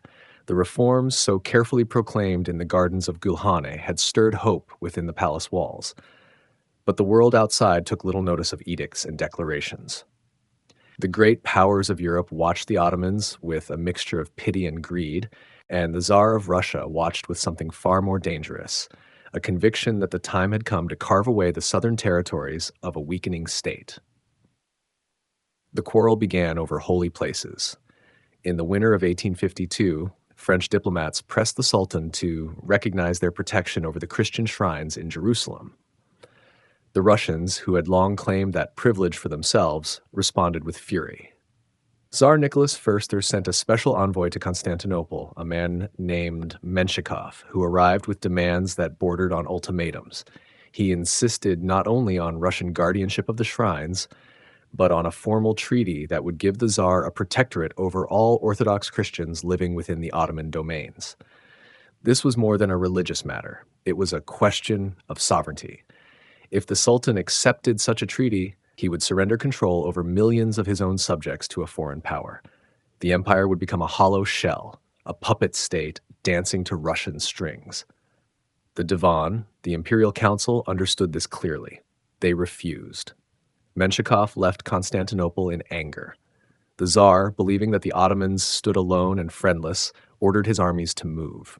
Russian troops crossed the Pruth River and occupied the Danubian principalities of Moldavia and Wallachia. It was May of 1853, and the Eastern question, that endless riddle of what to do with the dying Ottoman Empire, had suddenly become a crisis of war. The Ottomans did not tremble. Not tremble. Under the leadership of the Grand Vizier and the energetic guidance of men like Mehmed Ali Pasha, the empire prepared for conflict. The Sultan, Abdülmecid I, declared war on Russia in October. His armies marched north toward the Danube, and his fleets sailed into the Black Sea. The first months brought a mixture of triumph and tragedy. The Ottoman forces crossed the Danube and won several engagements against the Russians in the Balkans. The soldiers fought with a ferocity that surprised even their own commanders. These were not the broken remnants of a decayed army. The Tanzimat reforms, however incomplete, had begun to reshape the military into something more disciplined, more modern. But the sea told a different story. In November, a Russian squadron under Admiral Nakhimov attacked the Ottoman fleet at Sinop, a port on the Black Sea coast of Anatolia. The Russian ships, armed with new explosive shells, tore through the wooden Ottoman vessels with terrible efficiency. By dusk, the harbor was a graveyard of burning hulls. Thousands of Ottoman sailors perished. The city itself caught fire, and the glow of the flames could be seen for miles across the dark waters. The massacre at Sinop shocked Europe. It was not merely a defeat, it was an annihilation. The British and the French, who had watched the crisis with growing unease, now saw clearly what the Tsar intended. If Russia destroyed the Ottoman fleet, it would soon control the Black Sea, and from there the Mediterranean itself would lie open to Russian ambition. The balance of power, that delicate dance of European politics, would be shattered. So the Allies moved. In January of 1854, the British and French fleets entered the Black Sea to escort Ottoman transports and protect the Anatolian coast. In March, they declared war on Russia. The alliance was sealed, and the Ottomans found themselves for the first time in generations fighting alongside the great powers of Europe rather than against them. This was no love affair. The British and the French did not fight for the Sultan's sake. They fought to contain Russia, to preserve their own trade routes, to keep the Eastern question from being answered by Russian bayonets. But for the Ottomans, the alliance was a lifeline. It meant that the empire, so long dismissed as the sick man of Europe, had found a place at the table of nations. The war shifted to the Crimean Peninsula. The Allies, British, French, and Ottoman, decided to strike at the heart of Russian power in the Black Sea. They landed at Eupatoria in September of 1854 and marched south toward Sevastopol, the great naval fortress that guarded the Russian fleet. The Ottoman soldiers who marched with the Allies were a motley host. Some were regular troops trained in the new style, carrying modern rifles. Others were irregulars, fierce men from the provinces who fought with the raw courage of the frontier. They were often overlooked by their European allies, dismissed as unreliable, treated as auxiliaries to the grand armies of France and Britain. But they fought, and they died, and they held the line when the line needed holding. The siege of Sevastopol stretched through the autumn and into the winter. The conditions were brutal. Cholera swept through the camps, killing more men than Russian bullets. The cold came early, and the soldiers, wrapped in whatever rags they could find, shivered through the long nights. The Ottomans, accustomed to warmer climes, suffered terribly, yet they remained. At the Battle of Balaclava in October, the Ottoman troops held the redoubts on the heights above the valley. When the Russian cavalry charged, it was the Ottoman gunners who broke the first wave, firing their cannons until the barrels grew too hot to touch. The British Heavy Brigade followed, and the famous charge of the Light Brigade came later, a glorious disaster that the poets would sing. But the men who held the hills first were the men of the Sultan. The Battle of Inkerman in November was worse. A thick fog rolled over the heights, and the fighting became a blind and savage struggle in the murk. The Allies were nearly overwhelmed. Russian columns pressed forward again and again, and the British lines began to buckle. It was the Ottoman reserves who filled the gaps, advancing through the fog to meet the Russian tide. They held, and the day ended in a bloody stalemate. The winter of 1854-55 was the true enemy. The supply lines broke down, and the soldiers starved in the mud. The British army, so proud and so unprepared, withered in the trenches. The French fared somewhat better, and the Ottomans, hardened by years of hardship, endured with a grim patience. They built roads, they dug trenches, they carried supplies, and they waited. In the spring, the Allies renewed their assault. The French had a new commander, General Pélissier, who understood that the siege could not last forever. He launched a series of attacks against the Russian fortifications, and the Ottomans were given a crucial role. They were to take the fort at Eskişehir, a stronghold that guarded the southern approaches to Sevastopol. The assault came on June 7th, 1855. The Ottoman troops advanced under heavy fire, their banners fluttering in the smoke. They took the outer works, then the inner redoubts, then the fort itself. The Russians, stunned by the ferocity of the attack, fell back in confusion. The Ottoman commander, a man named Osman Pasha, planted his flag on the walls and held the position against 3 counterattacks. It was a moment of pure glory, a reminder of what the Ottoman soldier could do when given the chance. Sevastopol fell in September. The Russians, their defenses crumbling, evacuated the city under cover of darkness. The Allies entered the smoking ruins, and the war was effectively over. The Tsar, Nicholas I, had died earlier in the year, broken by the failures of his armies. His successor, Alexander II, sued for peace. The Treaty of Paris was signed in March of 1856. The Ottomans, for once, sat at the table as victors. The treaty guaranteed the integrity of the Ottoman Empire, admitted it to the concert of Europe, and declared the Black Sea neutral. Russian warships were banned from those waters, and the Russian protectorate over the Danubian principalities was abolished. The empire had survived. It had even won. The sick man of Europe, so often written off, had proven that he could still rise from his sickbed and fight. The Tanzimat reforms, mocked by so many European observers, had produced an army that could stand alongside the best in Europe. The alliance with France and Britain, however fragile, had preserved the empire from Russian conquest. But the victory was a hollow one. The war had bankrupted the treasury. The soldiers who returned from the Crimea found their villages devastated, their families scattered. The reforms promised in the Tanzimat had yet to reach the provinces, and the people who had sacrificed so much for the empire saw little change in their daily lives. The European powers, having saved the Ottomans from Russia, did not save them from themselves. The Treaty of Paris spoke of reform and protection, but the reality was different. The empire remained dependent on European loans, European advice, European pressure. The Sultan, Abdülmecid, issued a new decree in 1856 reaffirming the promises of equality and reform. But the words, so noble on paper, faded into the air like the smoke of the cannon. The war had bought time. It had not bought salvation. The Eastern question, that eternal riddle, remained unanswered. The Russians, humiliated but not destroyed, would wait for another opportunity. The European powers, having tasted the spoils of Ottoman weakness, would not forget what they had seen. For now, the empire stood. The flag of the crescent still flew over the Bosphorus. The Sultan still ruled from the Topkapi Palace, and the soldiers who had fought at Sevastopol were hailed as heroes in the coffee houses of Constantinople. There was a brief moment of pride, a fleeting sense that the old empire had found new strength. But the shadows were lengthening. The debts were piling up. The reforms were stalling. The war was over, and the peace, fragile and uncertain, was about to begin. The drums fell silent, the cannons cooled, and the sick man of Europe, propped up by his European allies, took a long and unsteady breath. Abdülhamid's shadow. The guns of Crimea fell silent, and the empire breathed again. The alliance with France and Britain had preserved the state, but the cost was clear. The treasury lay empty. The reforms had unsettled the old order and the great powers of Europe now spoke of the Ottoman domain as a sick man, waiting for his inheritance to be divided. The throne passed to Abdülhamid II in 1876, a year of chaos.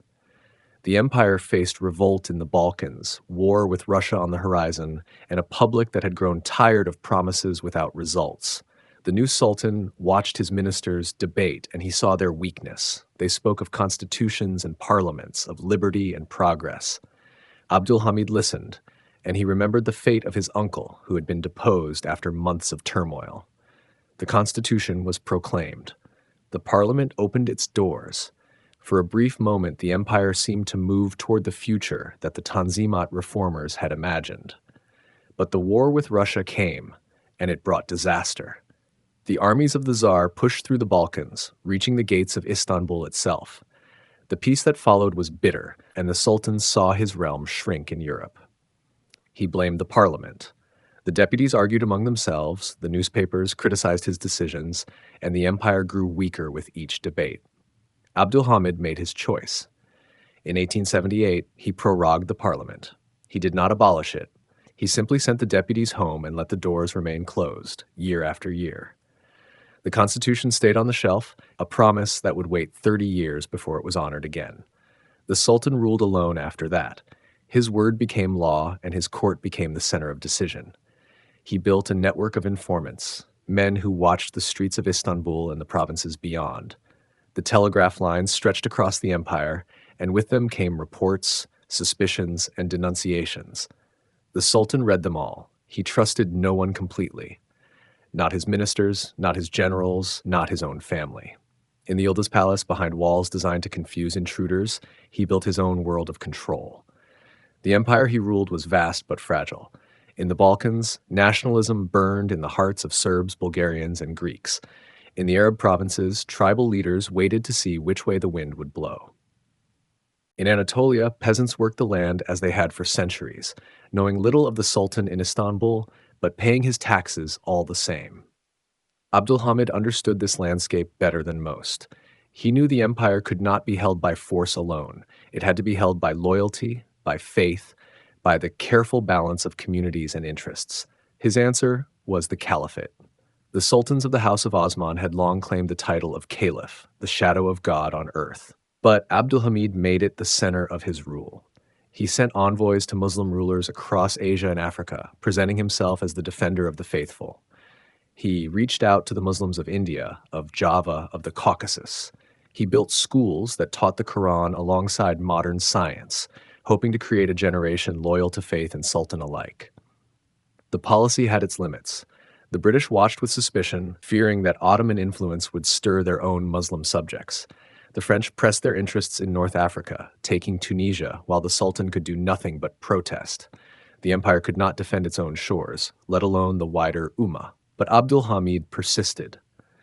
The caliphate was not just a tool of statecraft. It was his identity, his purpose, the meaning he gave to his reign. In the heart of the empire, he turned to the Hijaz, the holy land of Islam. The pilgrimage to Mecca and Medina drew thousands each year, but the journey was long and dangerous. Travelers crossed deserts, faced bandits, and suffered from thirst and disease. The Sultan dreamed of a railway that would carry pilgrims from Damascus to the holy cities, a line of steel that would bind the Arab provinces to Istanbul. The work began in 1900. Soldiers and engineers laid tracks across the desert, fighting heat and sand. The line stretched south, mile after mile, through the barren land of Syria and into the desert beyond. The Sultan called it the Hejaz Railway, and he funded it through donations from Muslims across the world.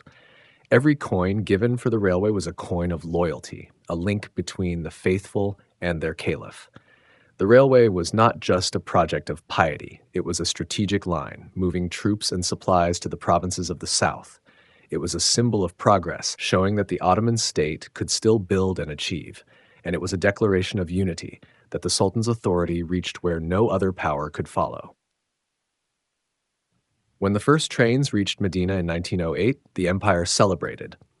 The Sultan had shown that he could still move mountains, or at least cross them. But the empire's troubles did not end with steel rails. The European powers pressed from every side. In Egypt, the British ruled in the name of a Khedive, who took his orders from London. In the Balkans, the provinces slipped away one by one, their people drawn to new nations carved from Ottoman territory. In the Mediterranean, the old naval strength was gone, replaced by the iron fleets of Britain and France. Abdulhamid played the game of diplomacy with patience. He played the great powers against each other, offering concessions to gain time. He allowed foreign investment in the empire, letting Europeans build railways and banks and ports, hoping that their interests would make them protect the state. He maintained the fiction of reform, issuing decrees that promised justice and equality, while keeping true power in his own hands. The educated classes grew restless. Young men with new ideas gathered in secret, reading forbidden books and dreaming of revolution. The army officers, trained in modern academies, resented the Sultan's suspicion. They saw the empire falling behind Europe, and they blamed the autocracy. But Abdulhamid had his informants, and his informants brought names. The prisons filled with suspected conspirators, and the exiles scattered across Europe, writing pamphlets and plotting return. The Sultan's shadow fell over the empire, long and dark. He had saved the state from the chaos of the 1870s, but the cost was freedom. The press was censored, the schools watched, the conversations whispered. The empire grew quiet, and in that quiet the Sultan heard only what he wanted to hear.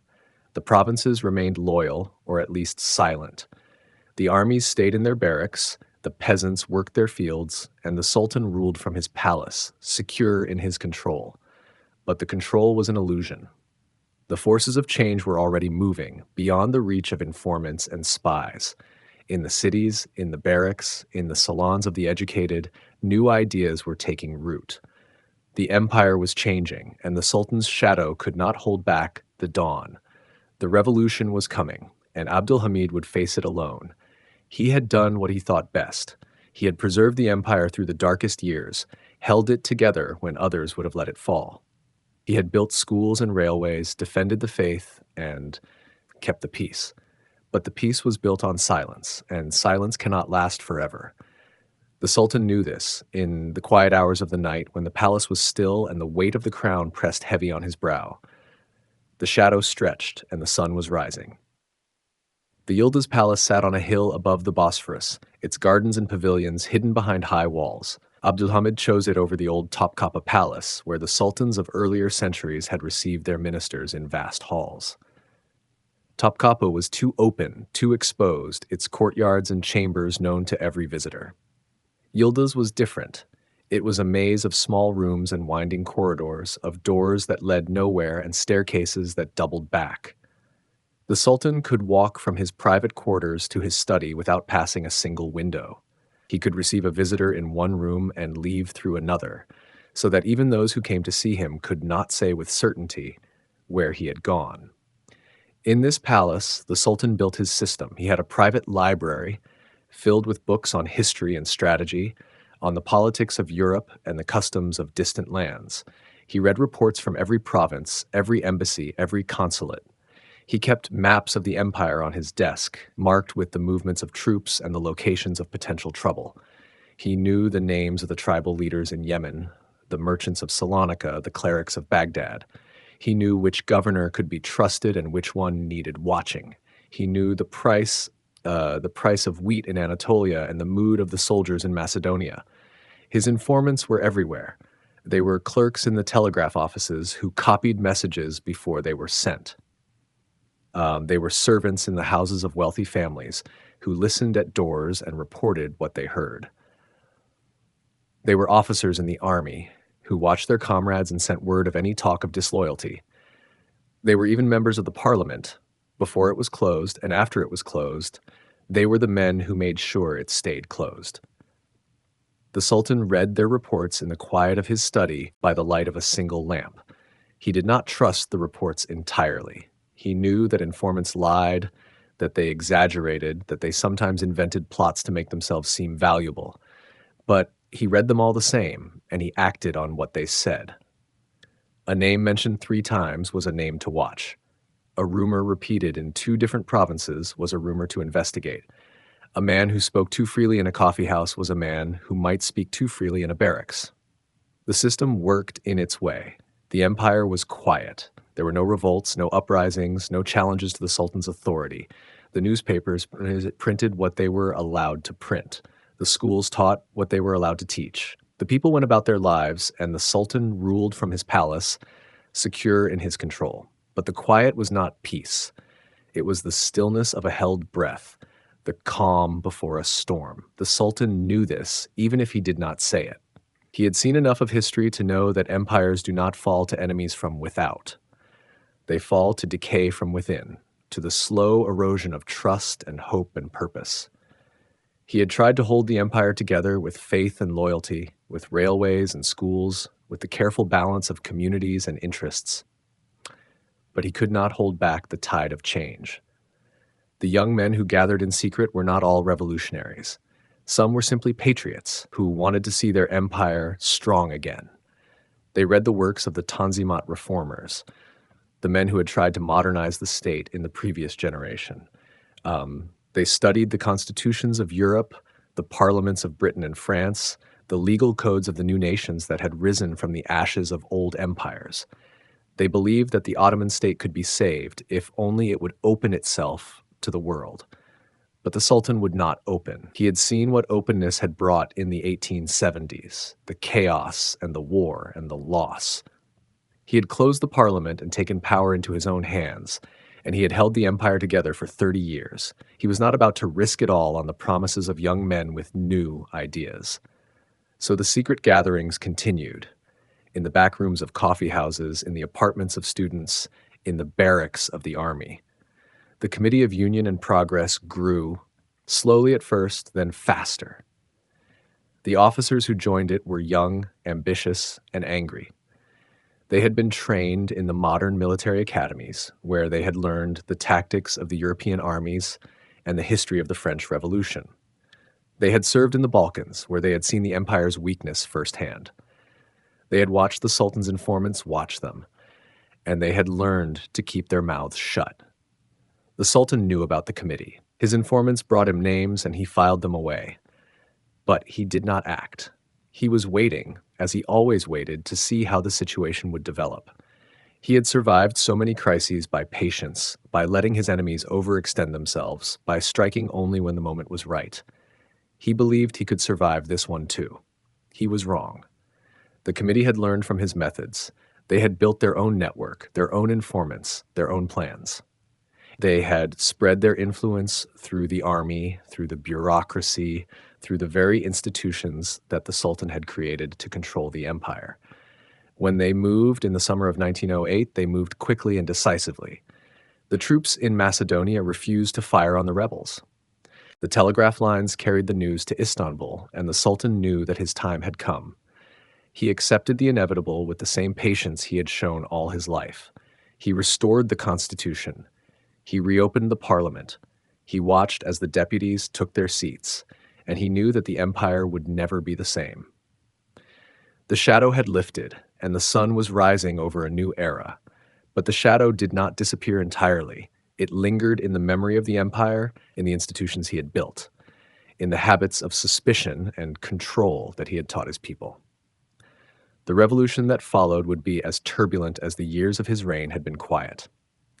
The empire would fall, and the nations that rose from its ruins would carry the marks of his rule for generations. Abdülhamid spent his last years in exile, in a villa in Salonika, then in a palace in Istanbul after the Balkan Wars. He died in 1918, just as the empire he had fought to preserve was breathing its last. He had been called the Red Sultan by his enemies, the Great Khan by his admirers. He had been feared and hated and respected. But in the end, he was just a man who had tried to hold together what was already falling apart, and who had succeeded for a time at a cost that no one could measure. Revolution and reaction. The shadow of Abdülhamid's long reign had grown heavy over the empire. His spies were everywhere, and his silence was a weapon. But in the army, in the schools, and in the quiet rooms of exiled intellectuals, a new force was gathering. They called themselves the Young Turks. They wanted the constitution back. They wanted a government that answered to the people, not to the will of one man. The Committee of Union and Progress, the most organized of these groups, had found a home among the young officers of the Third Army in Salonika. They were not old men dreaming of the past. They were soldiers, doctors, and clerks who had seen the empire fall behind. They read the papers from Paris and London. They knew what a modern state could be, and they knew that the Sultan's fear of change was strangling the life out of their country. In the summer of 1908, the moment came. The officers did not call for a revolution in the streets. They simply refused to obey. They marched their troops into the mountains of Macedonia and demanded the restoration of the constitution. It was not a battle. It was a statement. The Sultan, faced with an army that would not fight for him, had no choice. On the 24th of July, he announced that the Constitution of 1876 would be restored. The parliament would reopen. The long silence was over. The news spread like a wildfire. In the cities, people poured into the streets. Muslims, Christians, and Jews stood together and cheered. They believed that a new age had begun, that the empire would be reborn, that the old divisions would melt away in the warmth of liberty. For a few months, it seemed possible. The elections were held. The parliament met. Deputies from every province took their seats. The empire was no longer the Sultan's private estate. It was a nation of citizens. But the joy did not last. The empire was too old, too wounded, and too diverse to be healed by a single document. The promises of equality made some people uneasy. The Muslims feared that their old privileges would be lost. The Christians, especially the Bulgarians and the Greeks, wanted more than equality. They wanted their own states. The Albanians wanted their own schools and their own language. The Arabs wanted a share of power. And the army, which had made the revolution, was not sure it wanted to give up its control. The Young Turks were not a single group with a single mind. Inside the committee, there were factions. Some wanted a strong central government. Others wanted a federation of nations. Some were idealists. Others were practical men who saw the empire as a machine that needed to be run. They argued in secret in the corridors of power and in the pages of the press. The unity of the revolution began to crack. The Sultan, watching from his palace, saw the cracks. He had not given up. He had only waited. In the spring of 1909, his supporters in the capital began to move.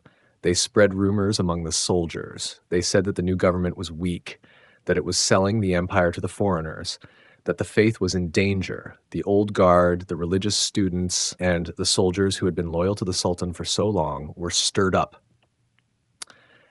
On the 13th of April, they rose up in Constantinople. They stormed the parliament. They killed the officers who had supported the revolution. They demanded the restoration of the Sultan's full power. For a few days, it seemed that the revolution was over. The committee's leaders fled the city. The Sultan smiled. But the army in Salonika did not waver. The officers there had made their choice, and they would not turn back. They organized a force called the Action Army and marched on the capital. The soldiers of the revolt were not ready for a real fight. They were men who had been told that they were defending the faith, not men who wanted to die for a fading dream. When the Action Army arrived, the revolt collapsed, the leaders were arrested, the parliament was restored, and the Sultan, the man who had ruled for 33 years, was deposed. His brother was placed on the throne, a quiet man who would do as he was told. The counter-revolution had failed. But it had changed everything. The Young Turks no longer trusted the people. They no longer believed that liberty alone could save the empire. They saw enemies everywhere. In the religious leaders who had supported the revolt, in the old bureaucrats who had served the Sultan, in the newspapers that had spread the rumors. They began to tighten their grip. The parliament remained, but the real power moved into the hands of the committee. They held the army. They held the secret police. They held the future. The years that followed were a strange mixture of hope and fear. The empire tried to reform itself. The railways were extended. The telegraph lines were improved. New schools were opened. The army was reorganized. The navy was rebuilt. The Young Turks wanted to prove that the empire could still be a great power. They wanted to show that the sick man of Europe could still stand on his own feet. But the outside world was closing in. Austria annexed Bosnia. Italy took Libya. The empire lost provinces one by one, and each loss fed the anger inside. The Christians in the Balkans grew bolder. The Muslims grew more desperate. The government answered with a new policy. It tried to promote a single Ottoman identity, a loyalty that would bind all the peoples together. It was a beautiful idea, but it came too late. The peoples of the empire had been dreaming of their own nations for too long. They did not want to be Ottomans. They wanted to be free. The army became the center of everything. The officers who had made the revolution now saw themselves as the guardians of the state. They believed that only they could save the empire from its enemies. They were young, ambitious, and impatient. They had no time for the slow debates of the parliament. They had no patience for the old men who had failed for so many years. They wanted action. They wanted results. And they were willing to use any means to get them. In 1913, the committee seized full control. They forced the Grand Vizier to resign. They ruled through the army and the party. The parliament became a formality. The Sultan became a shadow. The empire was now a military dictatorship in all but name. The men who held the power were not evil. They were desperate. They believed that the empire was on the edge of the abyss and that only a strong hand could pull it back. They were right about the danger. They were wrong about the cure. The newspapers that had once celebrated the revolution now spoke in careful whispers. The meetings of the opposition were watched. The old leaders who had stood against the committee were arrested or exiled. Some were killed in the streets. The hope of 1908 had turned into the fear of 1913. The people had wanted freedom. They had gotten control. The empire had wanted unity. It had gotten division. And in the distance, the storm was gathering. The Balkan states were arming. They had seen the weakness of the empire. They had tasted its fear. They were waiting for the moment to strike. The Young Turks knew it. They tried to prepare. They tried to negotiate. They tried to buy time. But the time was running out. The empire was not ready. The army was exhausted. The treasury was empty. The people were divided, and the enemies were at the door. The revolution had been a great hope. It had ended a long tyranny. It had opened a door that could not be closed again, but it had not saved the empire. It had only changed the way it fell. The old sultan had ruled with fear. The new rulers ruled with the same fear, but without the old authority. They had no centuries of tradition behind them. They had only their own will, and their will was not enough. The people looked at their leaders and saw men who were afraid. The soldiers looked at their officers and saw men who had lost their way. The empire looked at itself and saw a body that was still alive, but barely breathing. The revolution had been a lightning flash. It had illuminated the landscape for a moment. But in the darkness that followed, the shapes of the old enemies were still there, waiting. And they were closer than anyone wanted to believe. The Balkan catastrophe. The optimism of the constitutional revolution had curdled. The Young Turks had promised unity, progress, and a renewed empire. Instead, they delivered war, coup, and counter-coup. The empire they inherited was already wounded, and the wounds festered. In the capital, politics had become a knife fight in a dark room. In the provinces, the rot went deeper. The Christian subjects of the empire, once subjects, now dreamed of nations. The great powers watched, waited, and made their calculations. They saw a sick man, and they began to argue over the inheritance. The trouble began in the south. Italy, hungry for colonies, looked across the sea at Tripoli. The province was Ottoman soil, but it was distant, poorly defended, and rich in promise. In 1911, the Italians landed. The local garrison fought with stubborn courage, and the tribes joined them. It was a brave resistance, but it was not enough. The Italians had modern ships and modern guns. The Ottomans, cut off by the British fleet in the Mediterranean, could send little help. Young officers, eager and desperate, slipped through enemy lines to organize the defense. They did their best, but the war dragged on. The Italians took the coast. The interior held, but the coast was lost. The empire surrendered its last African province. The defeat was a signal. It told the world that the Ottoman state was weak, distracted, and vulnerable. The Balkan peoples saw it clearly. Serbia, Bulgaria, Greece, and Montenegro had all been growing stronger. They had armies, ambitions, and allies. They saw the Ottoman collapse in Libya and decided the time had come. They formed a league, a secret alliance of convenience. Their goal was simple: to take the land that remained in Europe. Macedonia, Albania, Thrace, the old Ottoman heartland in the Balkans. The Ottoman government saw the threat. They tried to calm the storm, to negotiate, to delay. But the League was determined. In October 1912, they struck. Montenegro fired the first shots. Then Bulgaria, Serbia, and Greece declared war. The empire was caught unprepared. Its army was exhausted from the Libyan War, its finances were stretched thin, and its politics were in chaos. The Balkan states attacked from all sides. The Ottoman forces in Europe were outnumbered, outmaneuvered, and outfought. The war was a disaster from the start. The Bulgarians drove toward Thrace, aiming for Constantinople itself. They broke through the Ottoman lines at Kirk-Kiliseh and again at Lüleburgaz. The army retreated in disorder, abandoning fortress after fortress. The fortress of Edirne, the great city on the Maritsa, was surrounded and cut off. Its defenders held on, hoping for relief, but relief never came.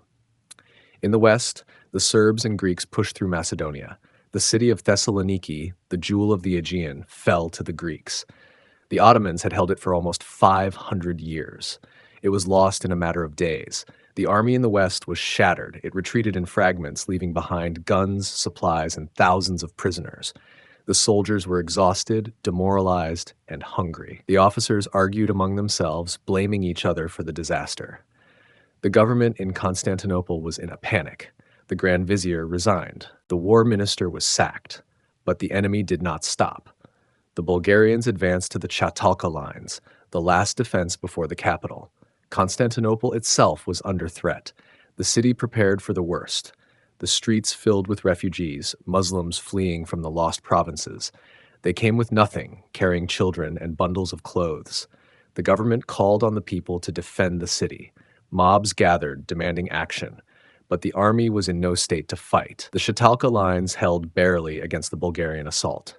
The Bulgarians, exhausted and overextended, could not break through. A stalemate settled along the lines. Then came the second blow. The great powers intervened. They did not want the Bulgarians to take Constantinople. They did not want the Ottomans to keep Edirne. They wanted a settlement that served their own interests.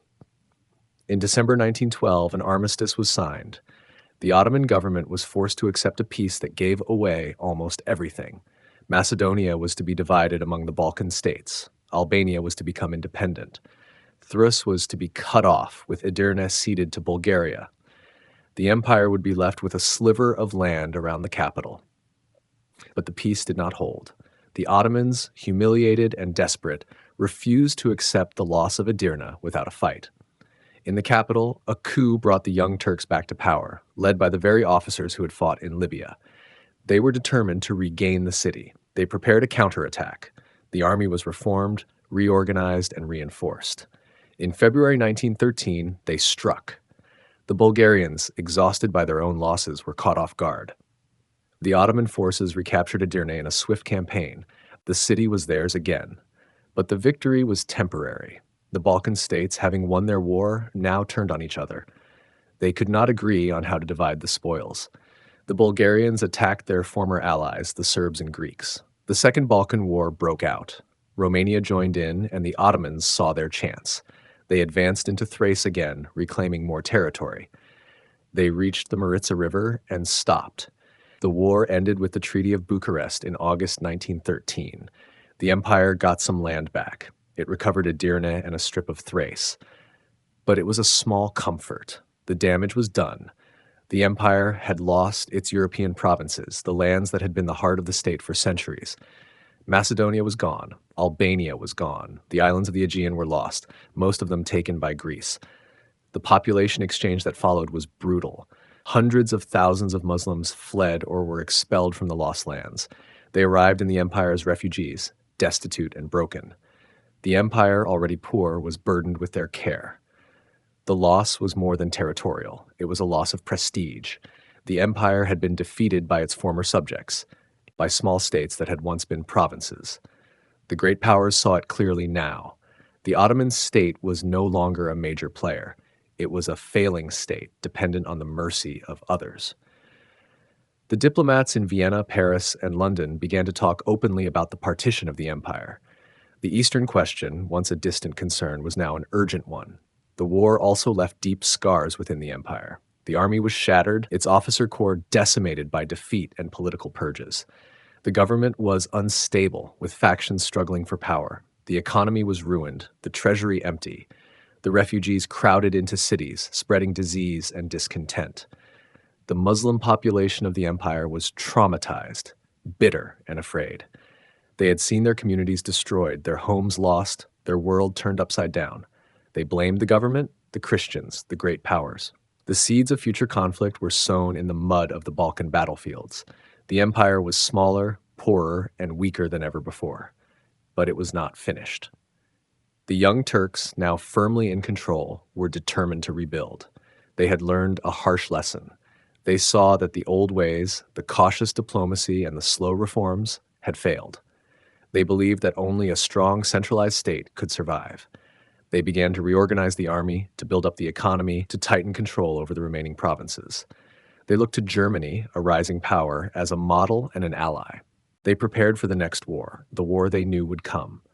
The great powers were moving toward conflict, and the empire would have to choose sides.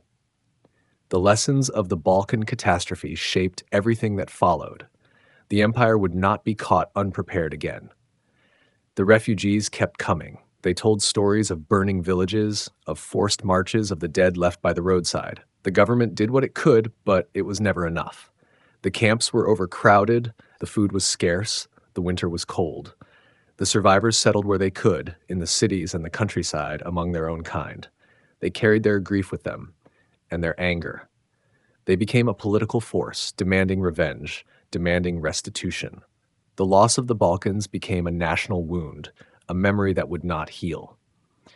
The empire had lost its European provinces, but it had not lost its identity. The Ottoman state remained a shrunken but still formidable power. It controlled Anatolia, the Arab lands, and the approaches to the straits. It had a population of millions, a strategic position, and a stubborn will to survive. The Balkan catastrophe was a terrible blow, but it was not the end. The empire had survived worse before. It would survive again for a time.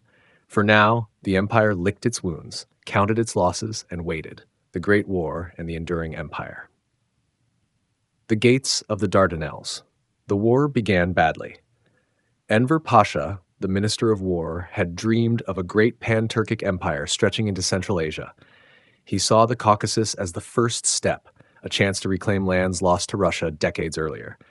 In December 1914, he launched a winter offensive into the mountains, convinced that his armies would sweep aside the Russian forces and open the road to Tiflis and beyond. The mountains did not cooperate. Snow fell early and heavy that year, burying the passes under drifts that reached the shoulders of the men. The supply columns, stretched thin across the rugged terrain, could not keep pace with the advancing troops. Food ran short, warm clothing ran shorter. The soldiers, many of them conscripts from the Anatolian villages, had never seen cold like this. They froze where they stood, their rifles still clutched in their hands. The Russians, fighting on their own ground, knew the terrain and the weather. They fell back, drawing the Ottomans deeper into the trap, then struck at Sarıkamış in late December. The battle became a slaughter. Tens of thousands of Ottoman soldiers died in the snow, some from Russian bullets, more from frostbite and starvation. The survivors stumbled back toward Erzurum, a broken army dragging itself through the drifts. Enver returned to Constantinople in January 1915, a shadow of the confident young officer who had left. He kept his position, but something had gone out of him. The disaster at Sarıkamış had cost the empire an entire army, and the Eastern Front now lay open and vulnerable. The British and French watched these events with interest. Their own war in the West had bogged down into the mud of the trenches, and they sought a way to break the stalemate. The Dardanelles, the narrow strait that connected the Mediterranean to the Sea of Marmara and the capital beyond, seemed to offer a path. If their fleets could force the passage, they could bombard Constantinople into submission and open a supply route to their Russian allies. The Ottoman Empire, they believed, would collapse within weeks. In March 1915, a formidable fleet of British and French battleships approached the strait. The old forts that guarded the narrow passage, some of them dating back centuries, opened fire with their aging guns. The great ships pressed forward, their heavy cannons thundering against the stone walls. But the Ottomans had laid mines in the waters, and the fleet sailed straight into them. 3 ships struck the mines and sank, their crews drowning in the cold waters. Others, damaged by the shore batteries, limped back to safety. The naval attack had failed.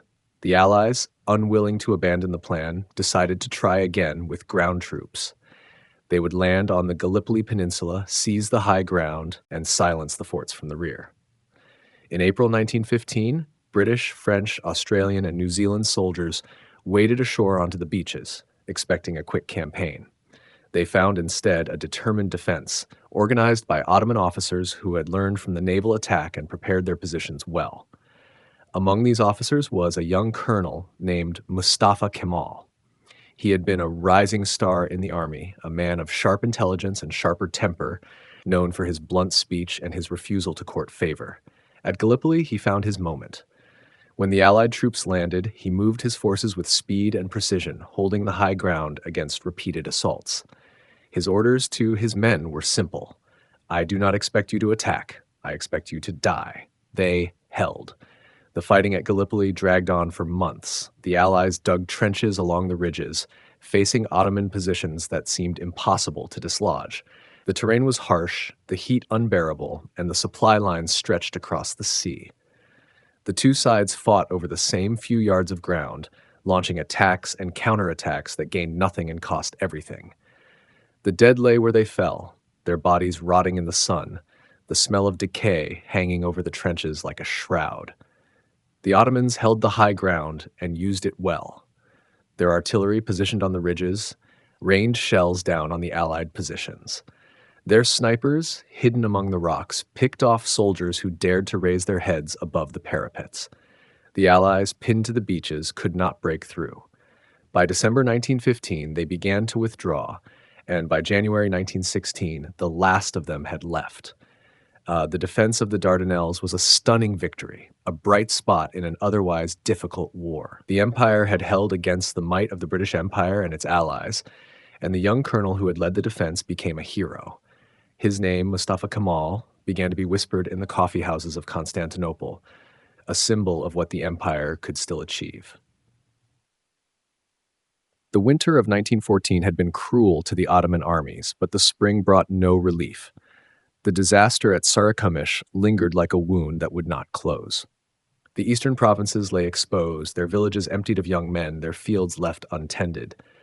The survivors who limped back to Erzurum carried frostbite and fever, their uniforms ragged, their eyes hollow. They spoke little of what they had seen. The snow had swallowed their comrades whole, and the mountains kept their secrets. Enver Pasha walked the corridors of the War Ministry with a heavy step. The man who had once spoken of vast conquests, of a Turkish banner raised over Baku and beyond, now gave short answers and avoided the gaze of his subordinates. He knew what the army had lost. He knew what the empire could not afford to lose again. But the war pressed on all sides, and there was no time for mourning. The Straits, meanwhile, had become the focus of Allied attention. The British Admiralty studied the maps with growing frustration. The Western Front had consumed millions of shells and hundreds of thousands of lives for a few miles of muddy ground. The Dardanelles offered something different, a chance to strike at the heart of the enemy, to knock the Ottoman Empire out of the war with one decisive blow. The Russians, struggling against the Germans in the east, pleaded for relief. A supply route through the Straits would change everything. The fleet that gathered off the entrance to the Dardanelles in March was the largest the region had seen in generations. Battleships with names like Queen Elizabeth and Agamemnon rode at anchor, their decks crowded with sailors and marines. The French had sent their own squadrons, proud ships with proud names, eager to share in the glory. The plan was simple: steam through the strait, silence the forts, and appear before Constantinople within a week. The Ottoman capital would surrender, the empire would crumble, and the war would take a new shape. The Ottomans had other ideas. The strait was narrow, barely a mile wide in places, and the currents ran swift and treacherous. The forts, though old, had been reinforced with modern guns. And beneath the surface, the minefields lay in wait, laid by German advisors who knew their craft well.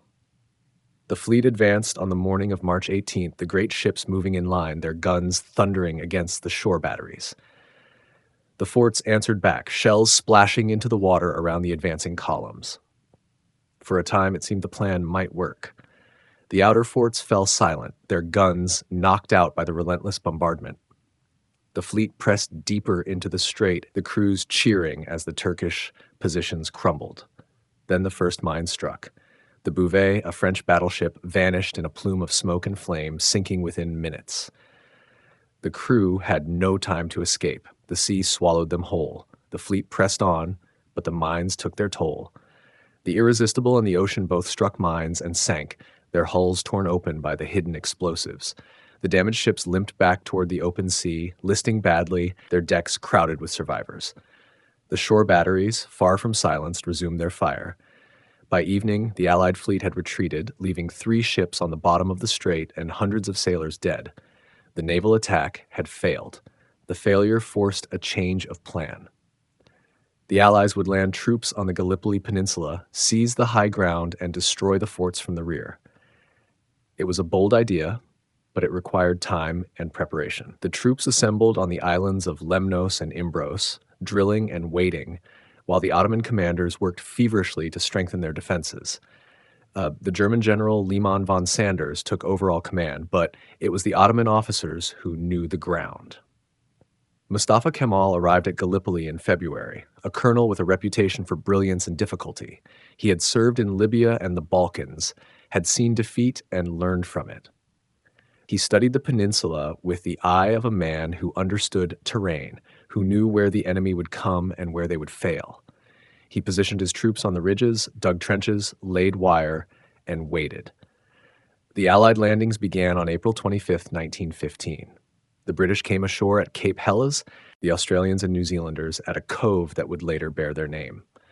The landing craft ground against the beaches, the men spilling out into a hail of fire. The Ottoman defenders, entrenched on the heights, poured bullets into the crowded beaches. The water turned red. The sand turned red. The survivors huddled behind whatever cover they could find, pinned down and bleeding. At Anzac Cove, the situation was desperate. The Australians and New Zealanders had landed in the wrong place. A narrow beach hemmed in by steep cliffs. The Ottoman forces, under Mustafa Kemal's command, moved quickly to seal them in. Kemal rode forward to assess the situation, found his troops wavering, and took command on the spot. His order, delivered with the calm of a man who had made peace with death, steadied the line. The Anzacs pushed forward, but the Ottomans held.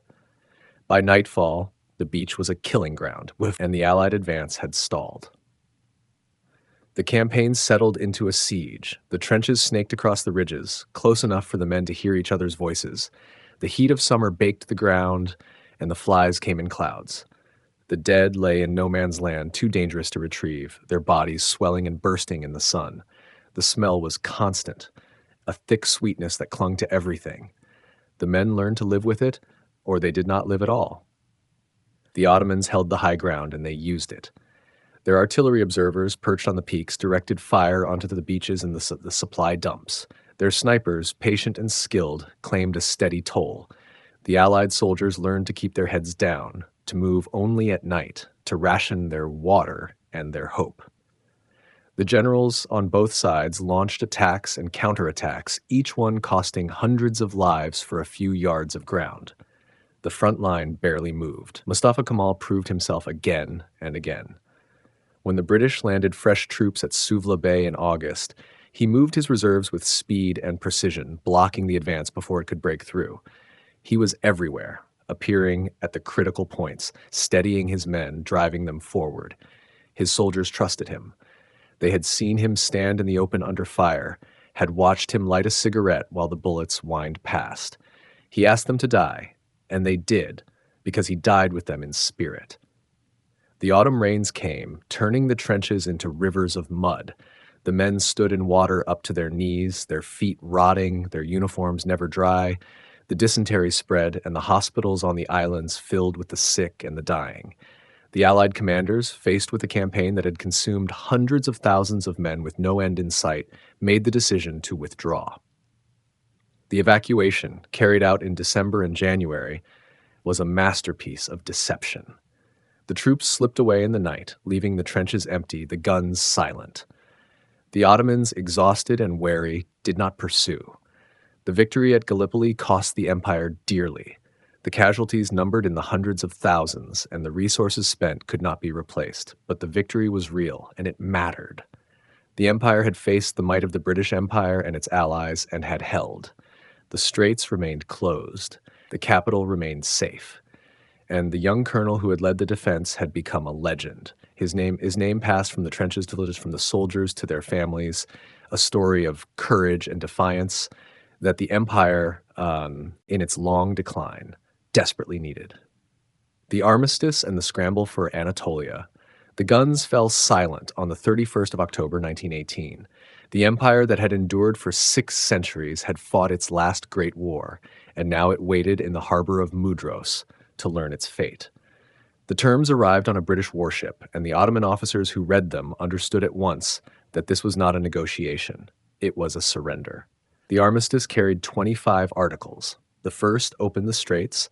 The second gave the Allies the right to occupy any strategic point they chose. The seventh allowed them to seize any territory that threatened their security. These words, carefully chosen in London and Paris, gave the victors a legal key to every door in Anatolia. The Ottoman army would demobilize. The fleet would be interned. The telegraph lines would pass under Allied control. And the empire would wait, helpless, while its conquerors decided what remained. The men in Constantinople received the news with a strange mixture of relief and dread. Relief because the killing had stopped. The war had taken so many, young men from every village, every quarter, every family. The empire had mobilized nearly 3 million soldiers, and more than half had never come home. Dread, because everyone knew what came next. The victors would carve the lands like a roast at a wedding feast, and the Ottomans would not be seated at the table. The first Allied ships arrived in the Bosphorus on the 13th of November. British battleships steamed past the old walls of the city, their guns trained on the palaces where sultans had once commanded the world's fear. French cruisers followed, then Italian destroyers, then Greek vessels flying the flag of a kingdom that had been a vassal only a century before. The people of Constantinople watched from the shores, silent, as foreign flags rose over their harbors. The occupation began quietly. Allied officers took control of the ministries. They supervised the police. They censored the newspapers. They requisitioned the barracks and the warehouses and the finest hotels. The Sultan remained in his palace, but his authority now flowed through foreign hands.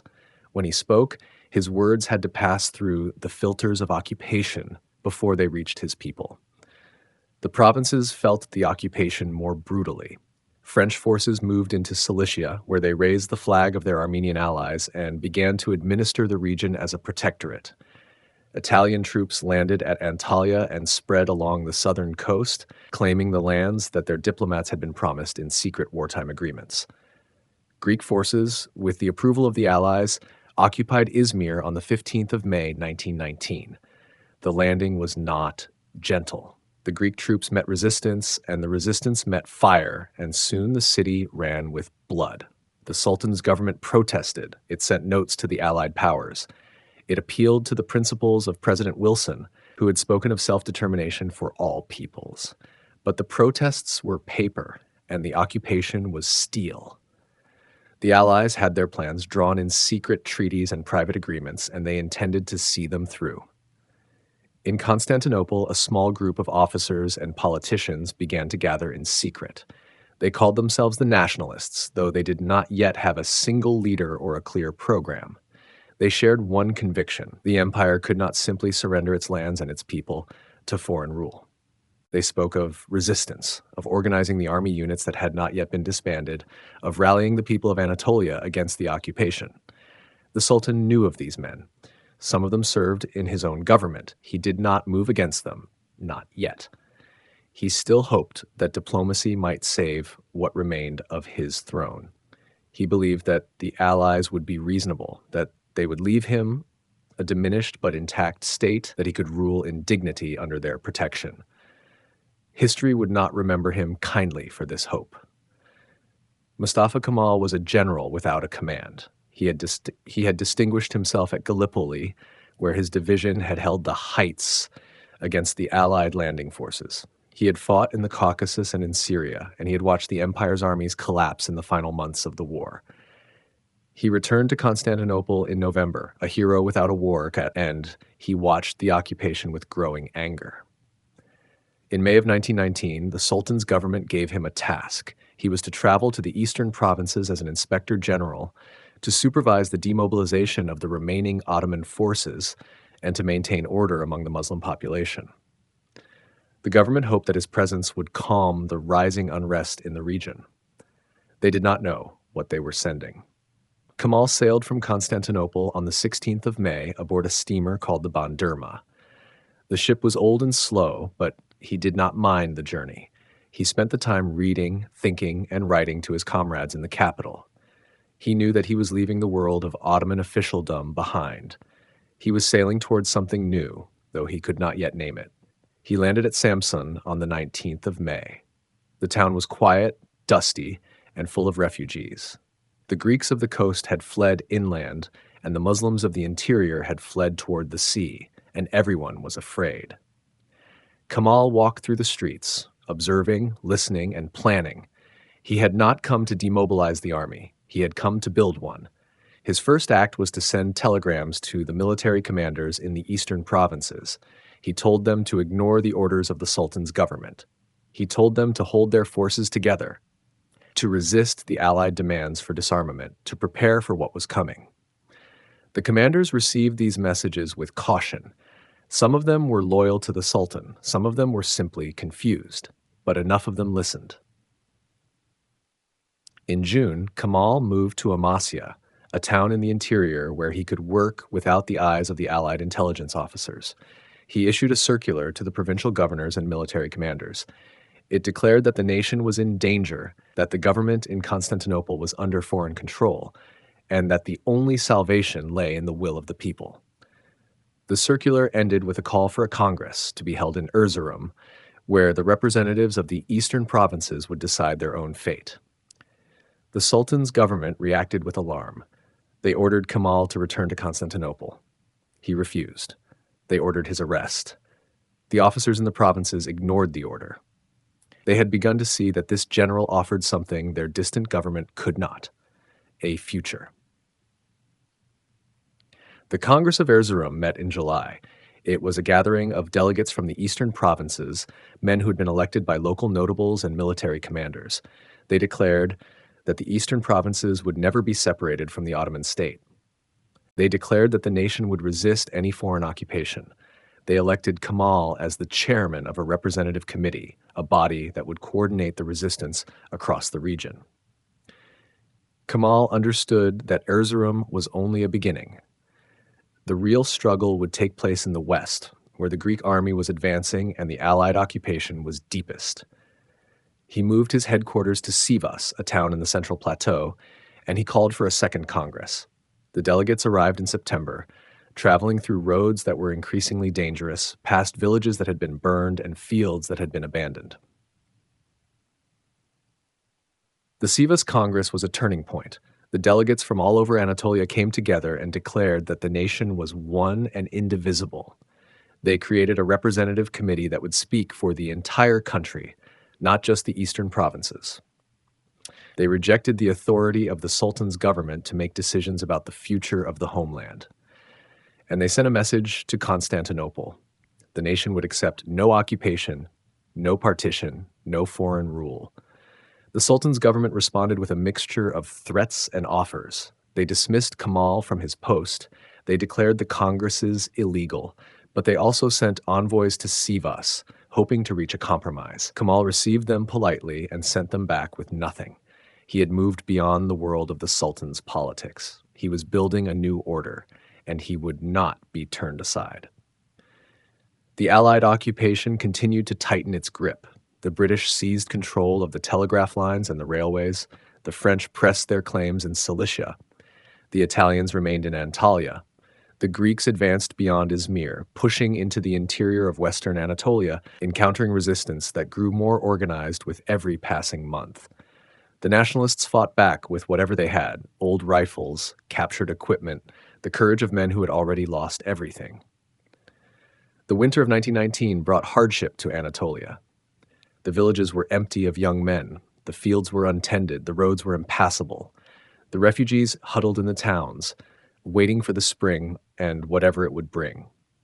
Kemal moved between Sivas and Ankara, building alliances, dispatching officers to organize resistance, and preparing for the struggle that everyone knew was coming. By the spring of 1920, the lines were drawn. The Sultan's government in Constantinople, under Allied pressure, formally dissolved the parliament and declared that the nationalists were rebels. The Allies tightened their occupation of the capital, arresting suspected nationalist sympathizers and deporting them to Malta. The Greek army prepared for a major offensive into the interior. Kemal responded by taking a step that would define the rest of his life. He called for a new parliament to meet in Ankara, far from the reach of the occupation. The delegates came from across the country, elected in haste, traveling through dangerous territory, determined to give voice to a nation that refused to die. They met in a building that had once been the local headquarters of a political party, and they declared that they were the true representatives of the Ottoman state. The Grand National Assembly opened its sessions on the 23rd of April, 1920. It was a gathering of teachers and lawyers and soldiers and merchants, men who had been elected because their neighbors trusted them to speak for their villages and their towns. They did not agree on everything. Some wanted a constitutional monarchy, some wanted a republic, some wanted simply to restore the old order. But they agreed on one thing: the nation would resist. Kemal was elected president of the assembly. He stood before the delegates and spoke of the struggle ahead. He did not promise victory. He did not promise ease. He promised only that they would fight and that they would not surrender. The assembly responded with a declaration of national independence, a document that rejected the Allied occupation and affirmed the right of the people to determine their own fate. The Sultan's government reacted with fury. They issued a fatwa declaring the nationalists to be enemies of the faith. They condemned Kemal to death in absentia. They opened negotiations with the Allies, hoping to preserve their position by cooperating with the occupation. But their authority had already withered. The people of Anatolia had found a new center of power, and they were turning toward it. The summer of 1920 brought the final blow to the old order. The Allies presented the Treaty of Sèvres, a document that would have reduced the Ottoman state to a rump in northern Anatolia, with the rest divided among Greece, France, Italy, and an independent Armenia. The Sultan's government signed it. The nationalists rejected it. The treaty was never ratified, never enforced, and never forgotten. It became the symbol of everything the nation refused to accept. The scramble for Anatolia had reached its peak. The Greek army advanced toward Ankara. The French held their positions in Cilicia. The Italians lingered on the southern coast. The British controlled the capital and the straits. And in the center of the country, a new nation was being forged in the furnace of occupation. Kemal stood on the balcony of the assembly building in Ankara, looking out over the dusty streets of the town that had become the capital of a resistance. He knew that the hardest battles were still ahead. He knew that the foreign armies would come, that the war would be long and bloody, that many of the men who had trusted him would not survive. But he also knew that the old empire was finished, and that something new was rising from its ashes. The armistice had been meant to end the war. Instead, it had begun a new one, a war for the very existence of a nation. And in that war, the general who had sailed from Constantinople on an old steamer had found his purpose. The struggle had only begun. The Phoenix and the Republic. The occupation had felt like a weight pressing down on the land, but resistance had a way of growing in the dark. From the hills of Anatolia, from the small towns and the dusty roads, a movement had taken shape. It was not a single army at first. It was a gathering of wills, a collection of grievances, a people who had decided that foreign boots would not remain on their soil. The Sultan in Istanbul had signed papers. The Allies had read those papers as permission. But the land itself seemed to refuse. Now the war was over, not the Great War, which had ended years before, but the war that came after it, the War of Independence. The Greeks had pushed deep into Anatolia, farther than anyone had thought possible. They had reached the Sakarya River, close enough to threaten Ankara itself. But there they had stopped. The nationalist forces, ragged and determined, had held the line. Then they had pushed back. The great offensive of the summer had broken the Greek army in a matter of weeks. The pursuit had been swift, Relentless. By September of 1922, the last Greek soldiers had left Anatolia. The Aegean coast, the cities of Izmir and Bursa, the plains of the west, all of it was in nationalist hands. The victory had been complete in a way that surprised even the victors, but it had also been costly. The land was scarred. Villages stood empty. The population had shifted, with Greeks leaving and Muslims arriving, a painful exchange that would define the region for decades. Yet for the nationalists, the war had proven something essential. They could win. They could defend their own ground. They could build a state from the ashes of an empire that had seemed incapable of defending anything. Mustafa Kemal Pasha stood at the center of it all. He had been the commander who had turned the tide at Gallipoli years before. Now he had done something even greater in some ways. He had united a fragmented resistance, forged it into a disciplined army, and driven out a modern European force. His face appeared on posters and in newspapers. His words were repeated in coffee houses and village squares. He was not just a general anymore. He was the embodiment of a cause. The cause had a name. It was called the National Pact. It had been declared years earlier in the last Ottoman parliament before the Allies had shut that body down. The pact had demanded the integrity of the Turkish homeland, the territories where Turks and Muslims formed the majority. It had rejected the partitions imposed by the Treaty of Sèvres, the document that had carved up Anatolia into zones of influence. The nationalists had fought to make that pact a reality. Now they had done it. The question was what came next. Istanbul remained under Allied occupation. The Sultan, Mehmed VI, still sat on his throne, still issued decrees, still signed whatever the British asked of him. He had condemned the nationalist movement from the start. He had declared Mustafa Kemal a rebel. He had cooperated with the occupation, hoping that loyalty to the Allies would preserve his dynasty. It had not worked. The Allies had respected his authority only insofar as it served their interests, and now his authority was meaningless beyond the walls of his palace. The nationalists had already established their own government in Ankara. They had called it the Grand National Assembly.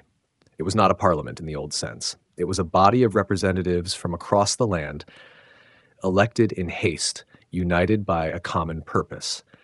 It had passed laws, organized armies, collected taxes, and conducted foreign policy. It had done everything a state does, but it had not formally declared itself a republic. That step was still ahead. The first move was to deal with the Sultanate.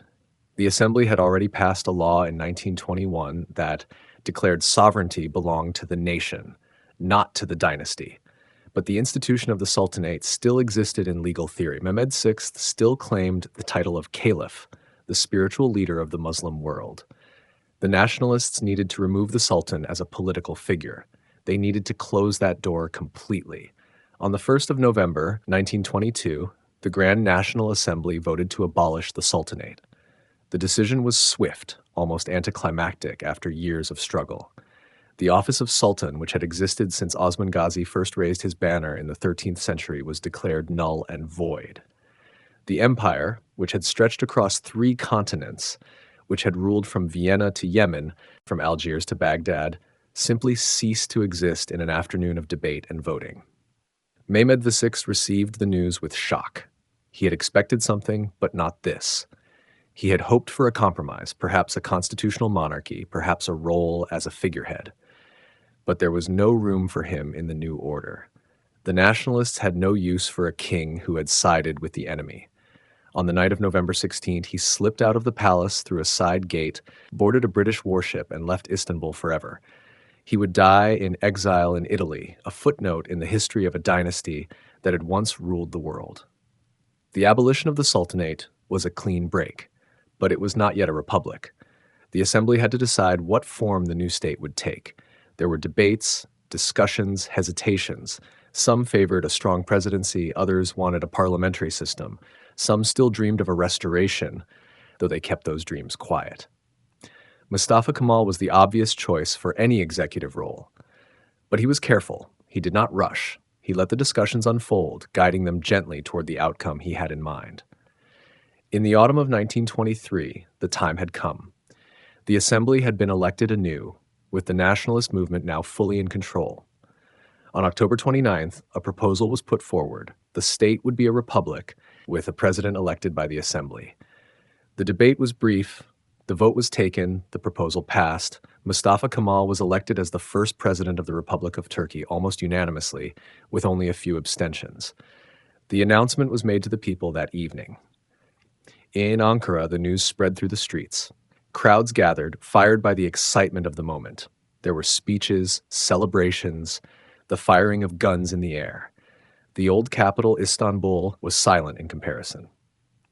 The new capital, Ankara, was a small town in the middle of the steppe, chosen for its central location and its distance from the intrigues of the old court. It was a symbol of the new order.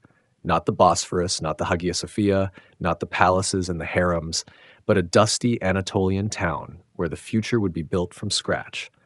The republic was proclaimed, the empire was gone, the sultanate was gone. The caliphate would follow within a few months, abolished in the spring of 1924, ending even the spiritual authority of the dynasty. The last Ottoman prince would be sent into exile, and the great houses of Istanbul would fall silent. The transition was not smooth in every way.